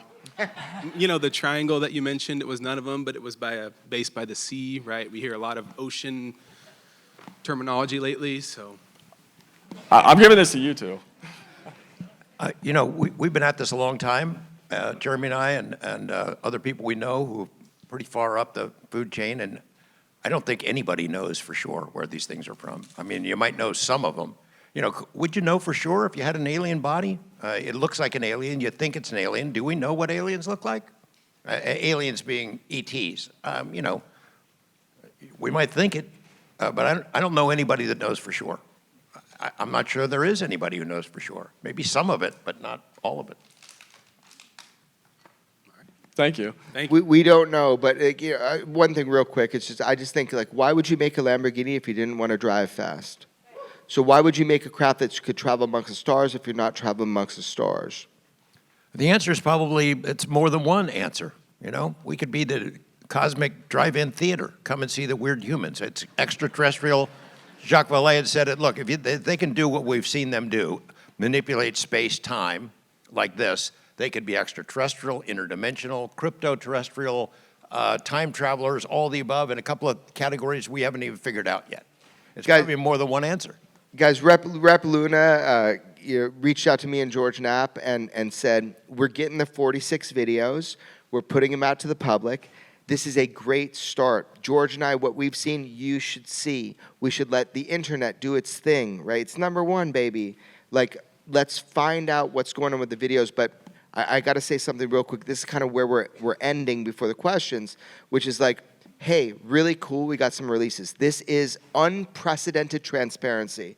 However, at the same time, if David Grush, if you believe him, then it's not just about these videos where we capture, by the way, an amazing video, instantaneous acceleration. They did not want you to see that, and we took a risk putting it out, and so did all our sources, but we put it out. You can see with your own eyes a craft move after it gets a weapons-grade lock, a little bit to the left, shoot to the right, instantaneous. Don't let any of these debunkers dissuade you. Look at what they say. They're fucking wrong. That video was analyzed as a product of the United States government. It's not just a video. That is their analysis. So now, if they put out these 46, actually 45, because we released number 2, which was instantaneous acceleration. If they put these out, then you get a glimpse. But David Grush, what did he say? David Grush said, we have reverse engineering exploitation programs. George knows it's true as well. We do have that. He also said we have bodies, pilots, non-human bodies. Our conversation is the floor. It's not the ceiling. Let's fucking go. Thank you. Well, hell, you answered a lot of the questions I came up here to ask. So we all obviously know that it's true. We've seen things, we study things, we listen to people that are experienced with the knowledge of it. What is the reason you think we've got soft disclosure now, but what is the reason that they don't want us to know the truth? George Knapp. Well, I mean, there are legitimate national security implications for this technology. I mean, we know that the Russians would like to have it. They've had their own program. The Chinese have had a program. There is a race to get it. I think that our country, the people who are on the inside who've been working on this stuff, I don't know how far we've got, and Dylan can't answer how far we've got in trying to reproduce that technology, but it is a race, and whoever gets it first wins, you know? You have one machine, and you control the world. So obviously we want it first. Technology and not another being out there that could conflict with other people's beliefs of Yeah. there's a God and one creator? I don't and think that they're really humans- worried about the religious aspects of it. I think there are people who would freak out if the president stands up and says, yeah, there are non-human intelligence among us and there's nothing we can do about it. And I don't expect ever to hear an announcement like that. I think people can handle it, depending on what it is. If we're an ant farm, if we're an agricultural product, if it's really their planet, if it is my simulated reality and not a real world. I mean, there's a lot of scenarios you can imagine that would be upsetting to a lot of people, but I think we can handle the basics, that there's another intelligence here that's not us. They haven't bombed us or wiped it out. We don't see them sending us to slaughterhouses on a mass scale. I think we can handle it. But I think part of the secrecy is because of the technology and the race for it, and also because a lot of people would go to jail. They would go to prison when it all comes out, how they've been lying and stealing maybe tens of billions, hundreds of billions of dollars from legitimate national security programs. Part of it, you know, without permission from Congress, without permission from anyone, hiding it inside these giant aerospace companies, lying to Congress, lying to the public, people would go to prison. And so I think that could be a reason for it too. Just to follow up with that, and sorry. What is the percentage that you think that is our spacecraft in technology compared to maybe extraterrestrial? Yeah, I would have no idea. Do you? I would say, in my opinion, 90% are probably ours, approximately 10% are not. Okay. That's an amazing answer to me, because I have been disillusioned over the years that we have made zero progress. Like when I got high up the food chain with George, it's like, well, so to if answer, you believe that, like, damn, I hope that's to true. answer that, and you're talking about like all UAP UFOs, so lights, orbs. So again, when you have things like Starlink that are up, We're seeing shit in the sky all the time. exactly, and Accelerated. Dylan is so factual. Like, he is so careful with his words. He's like, oh, yeah, things you see 90% are misidentified. 95%. I agree with him. But the thing is, what we're talking about is UFOs. We're talking about NHI alien spacecraft. Have you guys watched Sleeping Dog yet? Some of you don't even know what that is. There's a movie this kid Michael Lazowski put out yesterday on Amazon and Apple. It shows like 2 years of my life and George and me making a decision to tell you the truth despite the consequences to ourselves. Go watch it and let you hear Dylan. Dylan is in it. Before Dylan testified, he's in it. His voice is in it. Watch it. Give the kid a review. He made a good movie. It makes a difference. Go check it out. It's an important moment that we're going through right now, because you're about to see 46 fucking videos. So let's fucking go. You guys are my heroes. Thank you. And thanks for making history in this room tonight with us. Yeah. Sorry, the question's kind of like fading from my brain. It's kind of... It's McMinnville, THC, beer, and hopefully MDMA. Very important question. It came back. Don't worry. Nice. Everybody loves you. Everybody wants to support you. Of course, the three of you, but you specifically, Dylan. Well, thank you. And everybody, thank you. The question that's burning in my head the whole time I heard this interview and other weaponized interviews and hearing about the struggles that you and people like Matthew and this whole list that we're talking about are going through. I mean, we're talking about going from intelligence to Home Depot, right? How can we support you? And is there any form of links or resources that we can find that we can contribute to the betterment of your and your family's lives, and not just you, but Matthew too, and everybody? So I appreciate it. Matt and I, 3 years ago when Matt and I met, Matt and I talked about figuring out a way to get people who are in these programs and aware of them a way to safely have what would almost be, I would call it restitution, where we can get a way to take care of their families, get them psychological help, because the other issue is when you find out this is true, people have a tendency to go down the rabbit hole. And you start to go down the rabbit hole because you're like, okay, I know the government's lied to me.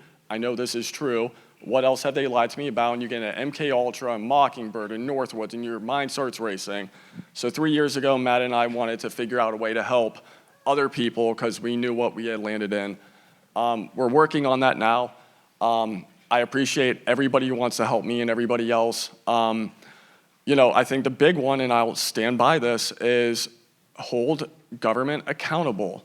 You don't have to agree with the politicians, but if you agree with this subject, as I said up there under oath, ask Tulsi Gabbard, ask Kash Patel, demand Congress, give them congratulations when they do it, and going right up to the president, if all I'll say is whoever discloses it officially and provides the proof, that is a once-in-a-civilization event, and they will live for infamy.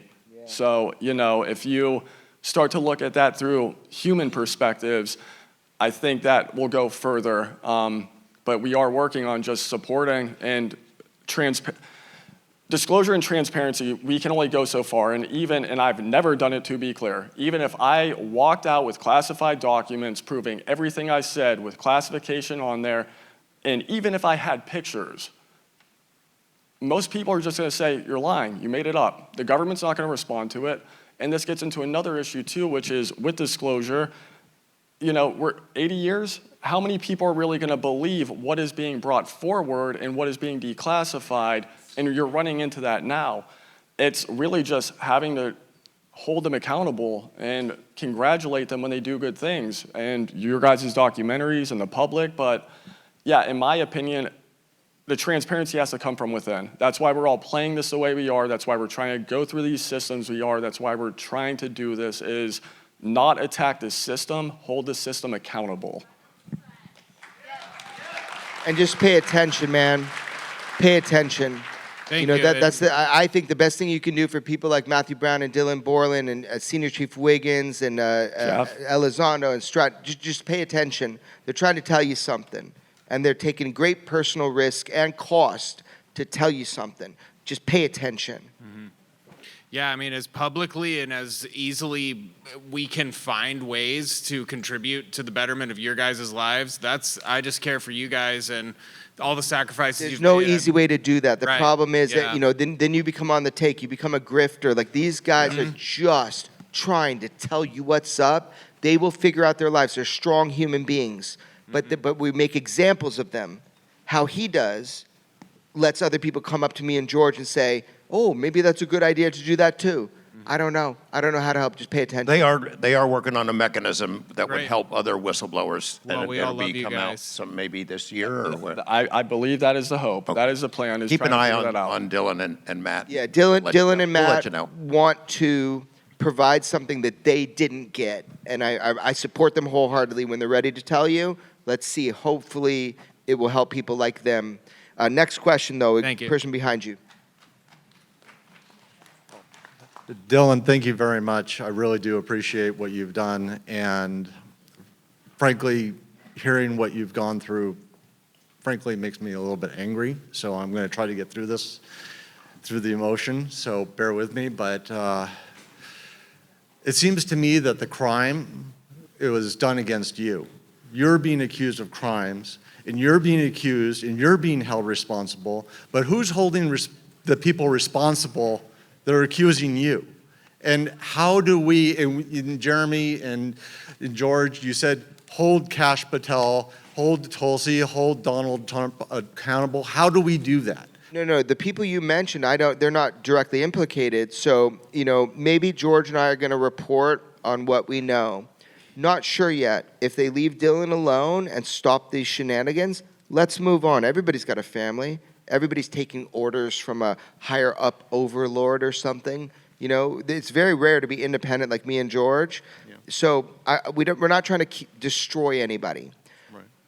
Right. I'm not trying to destroy anybody. Congress really is a threat to the secret keepers. They really are. This testimony that came out the other day that we mentioned earlier, it's a big deal. It's going to have repercussions. When you have the guy who was in charge of DIG, who was overseeing not only the UAP investigation, but other sensitive stuff, says, I was CIA, and I'm telling you, CIA has been spying on the witnesses who came forward, the whistleblowers.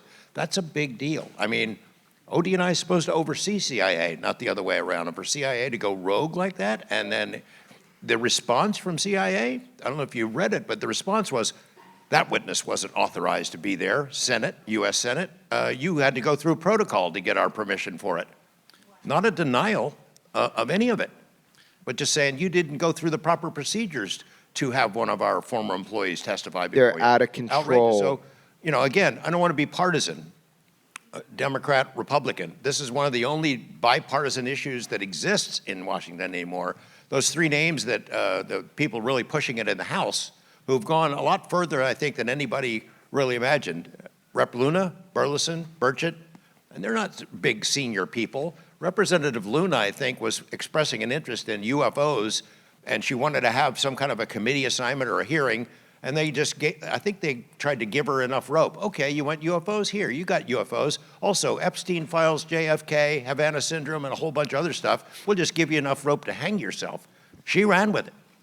She ran with it. She's still running with it. So you got to figure out a way to give them props and tell them you support them and let them keep going, because believe me, they were the target of this skullduggery that we've been discussing, to cut the legs out and get them to move on to something else. That's always the way it's been. It works with media. Congress always has front burner issues that are more of a priority at a given moment, and that's why they fail to make much progress on this issue. So give them some props and some support, send them a letter, send them an email. It matters. It does matter. Even when you go on social media, Rep. Luna, absolute gangster. Rep. Burchett, gangster. Rep. Burleson, gangster. These people are fighting for you. You've asked them to fight. They're fighting. I support them. I'm not a political person. I don't even know what people think politically. These people are fighting for you. Support them. Just honestly, if you tweet that you support what they're doing about transparency, about UAP, they will see it and they will be thankful. Put an image, it's more impactful. Yeah. Do it. The first hearing we went to, by the way, the Republicans were asking a lot of the questions, but to start, literally on the left side of the room, there's AOC and Jamie Raskin asking the same kind of tough questions that Matt Gaetz is asking on the right side. Now, there aren't many issues where those people agree on stuff. So. Amazing. Thank you. We're going to be wrapping this up, so we got the man in black. So what's up, man? Let's move. A little short man in black, so let me adjust this here. Hey, man, you know what I mean? Small, whatever. Let's go. So I wasn't going to come up here. Then I noticed that my maybe Apple decided to do an update on my phone because my phone got blistering hot when I was sitting over there during this. Interesting. Anyone else have that? But it brings up the question for me. I noticed your use of the Glomar protocol on there, to confirm or deny. Just want to give you the opportunity to say that when you gave that answer to there, talking about your testimony, that doesn't, there's no answer implied at all, right? Absolutely no answer implied at all when you're talking. You're just going to answer whatever it is if amnesty is granted to you, correct? Okay. I'm not exactly sure what you're saying, but I'm going to just pause this and move you out of the way because I don't want nobody answering nothing. Okay, perfect. Let me just, the other one. The night, I'm an amateur astronomer. The night last time Venus transited the sun, which was back in 2012, later that night I saw a large triangular shaped thing, 1, 2, 3, 4, 5, directly over my head heading to the horizon. Lucky. Wham. In the night, shouldn't have seen it, no lights on it, it was oddball atmosphere conditions. Everybody here's seen a UFO, and that's the thing. Everybody's seen one in here in some way, or they know somebody that did. That's why we're sitting here, because it's been the truth the whole time. So the flight path it took over my house, I went and I looked up later and saw that it's very similar to the flight path that the space shuttle would take when coming. Okay, that's not a question, sorry. Oh, no, it's a question. It is for you. It took when it would come from the polar orbit down to Edwards Air Force Base. Does that ring any? Do you guys have anything to say about that? Do you have any information about those? Yes, UFOs are real. All right. You've done been told. Yeah. Last question to my buddy who I saw last night, and then the guys behind him come and give me a hug separate. So, my buddy, what's up? Year 2. Good to see you again. What's on your mind? Ask a question, though. I don't have a question, but I just wanted to raise a toast to all of you. Perfect. This is how we're gonna end. Dylan Raise Borland, the toast. to the whistleblowers, to everybody who keeps fighting the good fight. Hold on. Bring the truth. Let the guy talk. But I'm gonna take a video for my mom because my mom couldn't be here. So here's the deal. It's recording. I'm taking a video for my mom. She couldn't be here tonight. What was your thing? You wanted to do a toast? I wanted to make a toast to Dylan Borland, all the other whistleblowers, the super journalists like yourself and George Knapp. And to Mama Corballer. And Bob Lazar and to Mama everybody Corballer. who's fighting the good fight. To Mama Corballer. McMinnville. Just give me the loudest applause you got. Give me something good for Mama Corbell.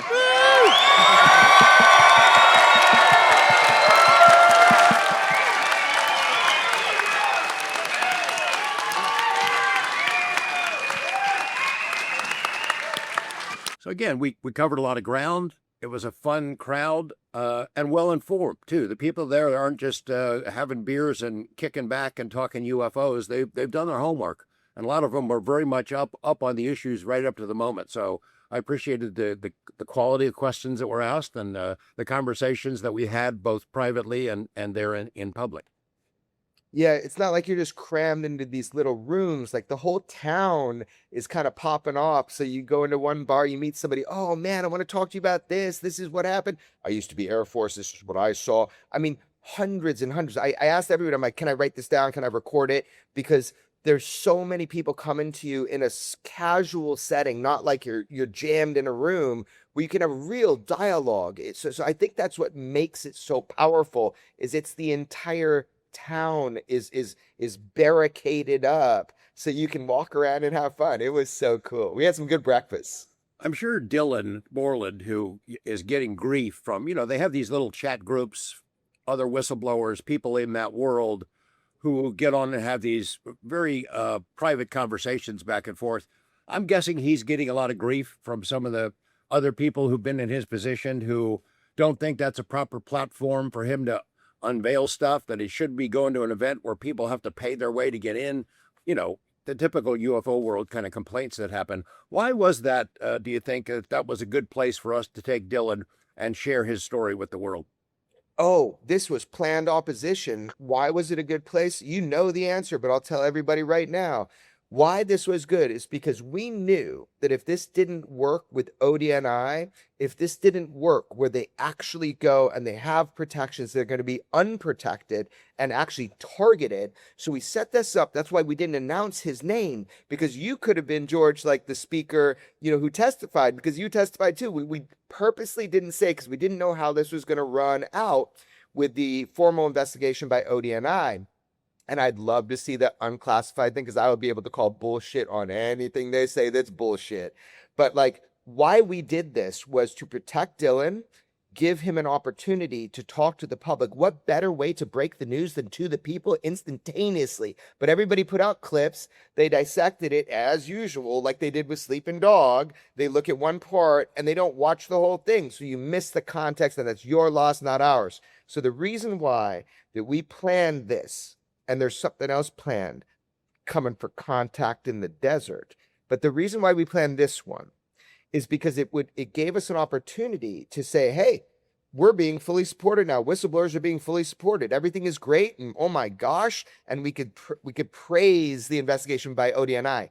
Happened to be, unfortunately, the opposite, where we had to spill the beans. So we really spilled the beans. But that's why, George, because I think you and I both noticed that with journalism these days, if we don't put people in a position where they have to tell the truth, meaning our government, then we have to have a backup plan. And this was the backup plan, and it worked perfectly. You can watch Dylan's body language through the whole exchange while they're on stage, and he's squirming and wiggling, and he's clearly in some psychic pain there in terms of really worrying what the consequences of him answering questions might be. So we had to be really careful. He had to be really careful because, as noted in that program, he'd never got DOPS or approval to say in public what he has said. There are those who wish him ill, I'm sure. And, that was obvious in his discussion. But there was some really sensitive stuff that we did broach. And in order to know for sure that we were on solid ground, you had to talk to our lawyer, a guy named Chuck. Yeah, so now the world knows, because of Sleeping Dog, that Chuck McCullough, the first ICIG in human history, 13 years, NSA, I think 6 years, maybe 9 years, I'm not sure, FBI, now a lawyer, and he's been representing you and me as signed. That's important. I want to say that one more time. We are signed with Compass Rose. We've been signed with Compass Rose for a long time. And we kept that secret because we wanted, the best defense is, no bark all bite. So he is our lawyer that came out in Sleeping Dog. He's been our lawyer for a long time, and we are signed with Compass Rose. Now, with that said, Dylan is, we call him a nickname, right? Like, because he's been, first time Dylan and I met in person was a long time after we've been talking.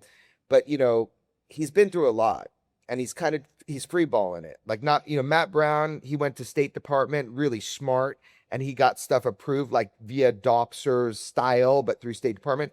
Dylan is just really what the public asked for. He's telling them everything he can. He testified in front of Congress, but he has to be so careful, dance between the raindrops, because he's on a razor's edge. Now, my producer, our producer, Michael, said that people were saying I put him on the spot with a question I asked. Nope. Talked with Chuck. I said, George and I want to say these three things. We were not told them from Dylan. I don't know how he's going to react on stage. Can I say these things? Because I suspect they are classified until they're said to me and George. But they were said to us on a joint call, George. They were said to us. And Chuck said, if they were said to you, you're a journalist, it's First Amendment, you got a duty to report it if it's of public interest. So Dylan is a professional intelligence person. He will know how to dodge you. And boy, did we bring up a few things that people went a little crazy about. And they should. So I'm going to list them. First, Project Rubik's Cube. This is not single source reporting. This is something that, as journalists, we were told by ODNI. They told us, so we reported it. But we had already confirmed multiple sourcing on that being a project name related to UAP. Not fully UAP, I don't think.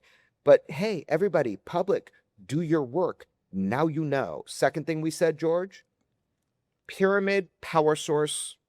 Okay, so that's what ODNI told us was testified to in a skiff from Dylan. Third thing, really strange, was like a hieroglyph on the pyramid. That's what we were told. So there's some power source that you can put the pieces together, has a hieroglyph, and it's non-human intelligence technology, allegedly. And that's something that allegedly Dylan Borland told and drew pictures of in his ICIG complaint, which is filmed. And so ODNI should be able to get that. When we asked George, when we asked Dylan, I didn't want to even look at him because I knew I was putting him on the spot, but also I knew that like because we've known him for years, I knew that he absolutely has never crossed the line with us, never drew anything like that for us. He'll never say it in a public setting. So it wasn't really putting him on the spot. I think he's grateful and relieved for me to say that. Now, he didn't confirm nor deny it, but he did say something really interesting. He says, like, in a public setting like this that isn't classified, I'm basically forced to say I cannot confirm nor deny, which is a very interesting preamble.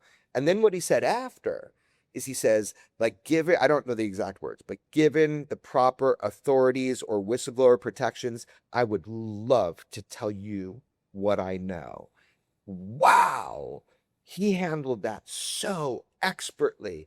So if ODNI is correct, and he drew a pyramid power source with a hieroglyph on it that is of non-human intelligence that was part of his original non-public ICIG complaint, right? If that, and Project Rubik's Cube, if he said that like they told us that he did, then do we have a story or what? Because that's not single source to you and me. We've heard that before. Yeah. Pyramid power source doesn't mean you're flying pyramids. It means it's a pyramid-shaped power source for craft that is beyond anything that we know of human technology. So it is pretty exciting. The purpose of Rubik's Cube, it's a little more vague, but I'm sure that there's a lot of UFO detectives out there who are able to be on the trail of that right now from here on.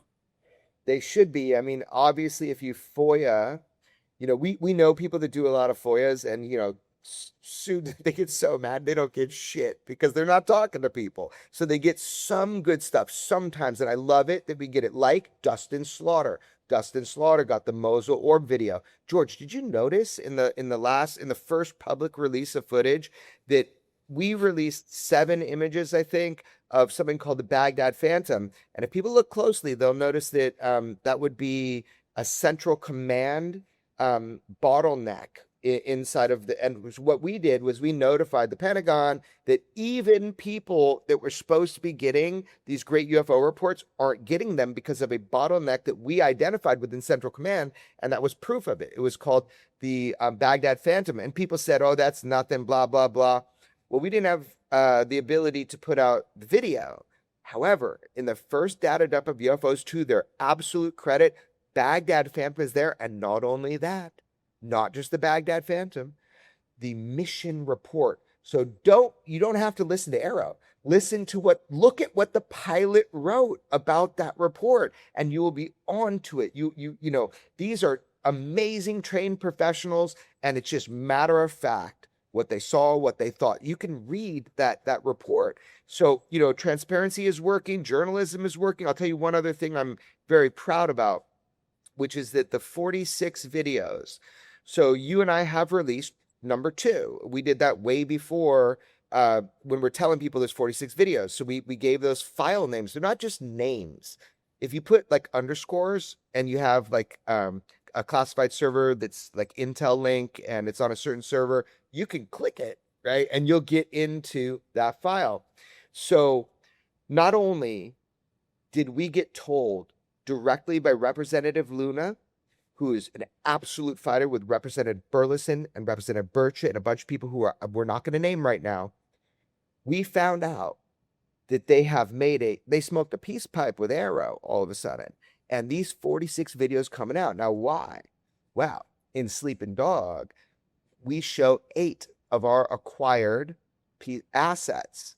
They know that this is coming out come hell or high water with or without them. So, you know, look, force them, push them, provoke them. It's all about transparency. It's a presidential damn mandate. So now we could sit back as journalists and we'll tell you if they put out the real videos. Because those will be source files. You know how everybody says like, oh, it's blurry, the frame rate, Jeremy. They try to make all this shit online.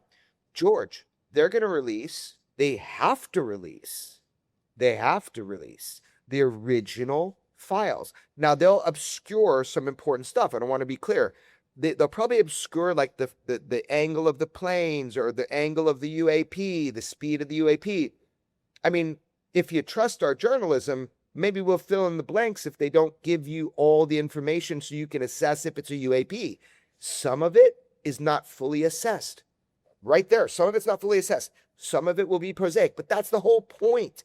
Get it out to the American public. But other things, like number 2 on that list, that is a product from the intelligence agency, a full examination.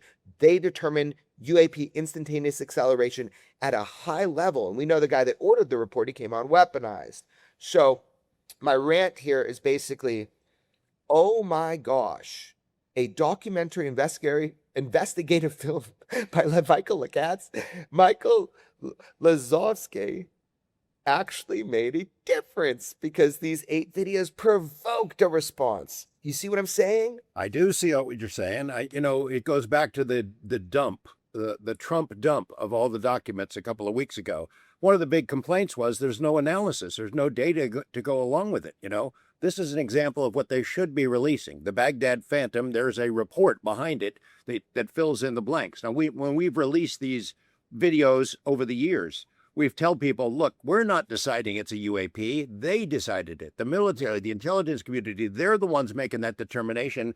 And for all of those where it's the object is undetermined, of undetermined origin, it's those guys who are making the assignment of putting it in that category, not us. And if they're going to release more videos, they should release all the analysis that goes with them so people can understand what they're seeing. An example, one of the complaints SCU made about the Trump dump of UFO material is all the metadata was stripped from the videos. So the investigators who want to dive into that stuff and confirm where and when these things happen can't do it because it's just a copy of it, not the original data included on there. We we discussed the alien girls last time, the GAO assigned agents who are investigating the performance of Arrow and how it handles UFO witnesses. And we thought, oh, this looks like trouble for Arrow.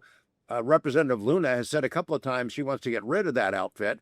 These gals, I shouldn't say girls, gals from the GAO were out there. They'd visited 16 military bases that we know of at the time that we were given the information, and they were getting down to the nitty gritty. Since that information came out, though, it looks like Representative Luna and Burleson and Burchett have made peace with Arrow, with John Kozlowski, the director, who, as we've said many times, is a vast improvement over his predecessor, Sean Kirkpatrick.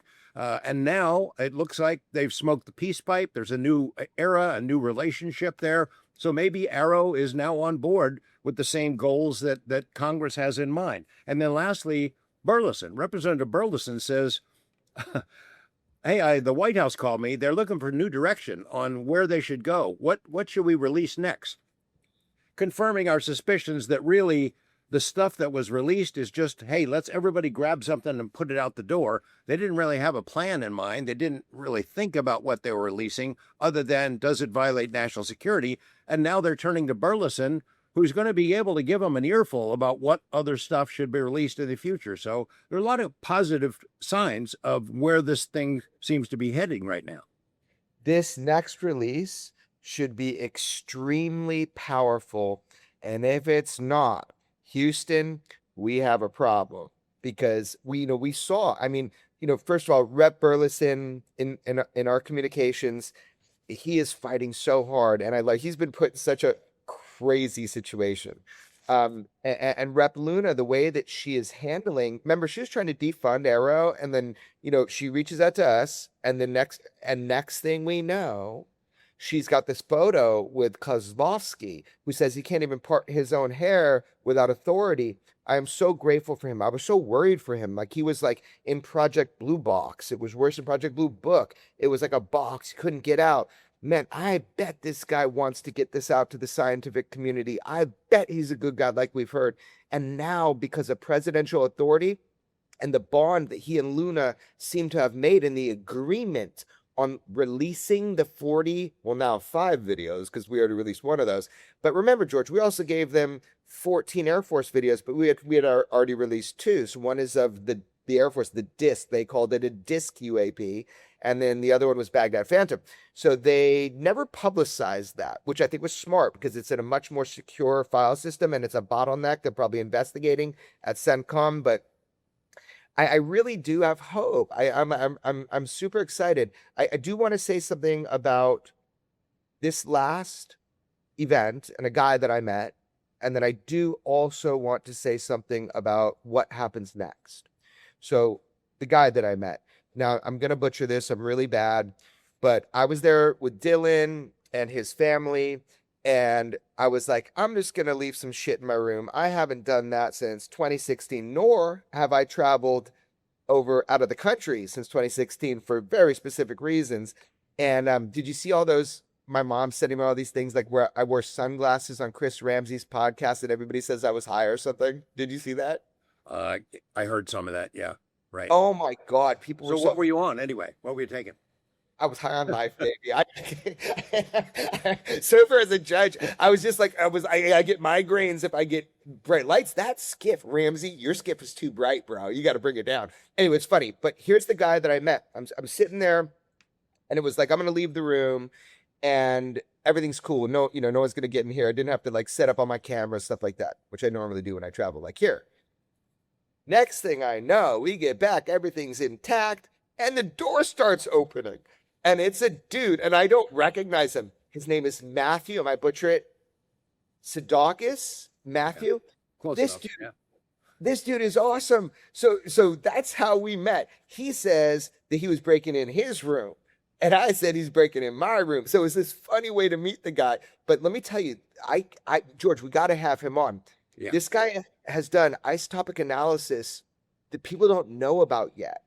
People don't know what this guy's done yet. And he's a real genuine actor. And also, by the way, George, on stage was a representative of SETI, and she was a little distant, like UFO conference. She had to be overwhelmed by it, but she did seem honest and forthright and really interested. I want to tell her like their techniques are way outdated, but we didn't have time to really talk. But it was just cool. We had somebody from SETI there at our little party, right?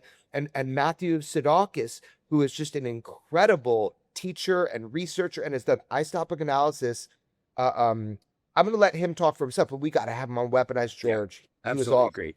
I want to give one other news item before we wrap it up. And I saw this on social media, this announcement, 10 minutes before we started to record. So I don't have many of the details, but there was a lawsuit filed against the NSA back in the earliest days of FOIA. And the guy who wrote it up was an attorney named Peter Gersten. That's not a well-known name anymore, but he was a rock of Gibraltar in the earliest days of FOIA and ufology, trying to squeeze secrets out of the government. And he'd filed this lawsuit against the NSA, the National Security Agency, which denied, of course, that it has any files related to UFOs. Then they had a legal proceeding where NSA had to submit in camera the files that they did have, or at least a synopsis of those files. So a judge got to look at it behind closed doors and issue a ruling. And he said, well, we can release this, but it's also basically everything that's in that 6 or 7 pages was blacked out. In the old days at UFO conferences, you'd have Stan Friedman stand up with this document and show people, hey, almost everything in this thing is blacked out. You've seen that video, right? Yes.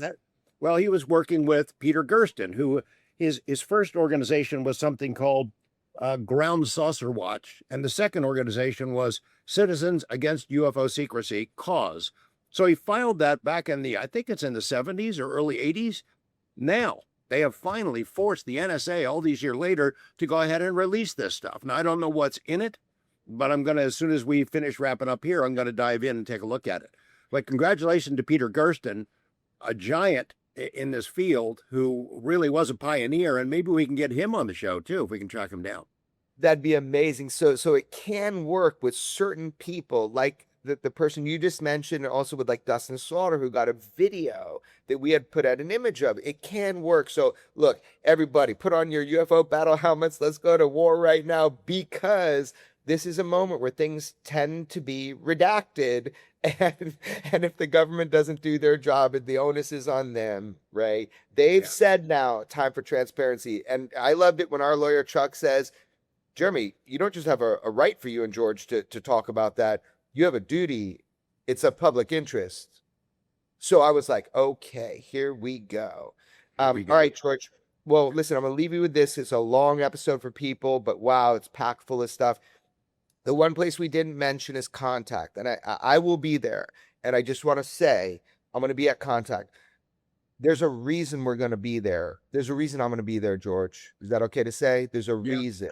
Yeah. Okay, so you're going, right? We'll see. Maybe. Yeah, It was so hard.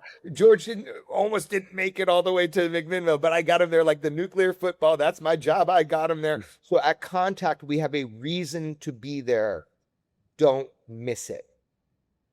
All right, that's good for us for now. I might take a day off, Jeremy. I know that's not allowed under the weaponized code of conduct, but I'm really thinking of maybe a whole day without UFOs, in my life for 24 hours. I'm going to see if that's possible. I'll let you know how it goes. Oh, while you're scheduling a Mystery Wire episode that Michael has to go on, right? Yeah. The first 10 years that I was doing this, I'm going through the same stuff that you're going through now. Bouncing off the walls, up and down, peaks and valleys, scared shitless, worried about what comes next.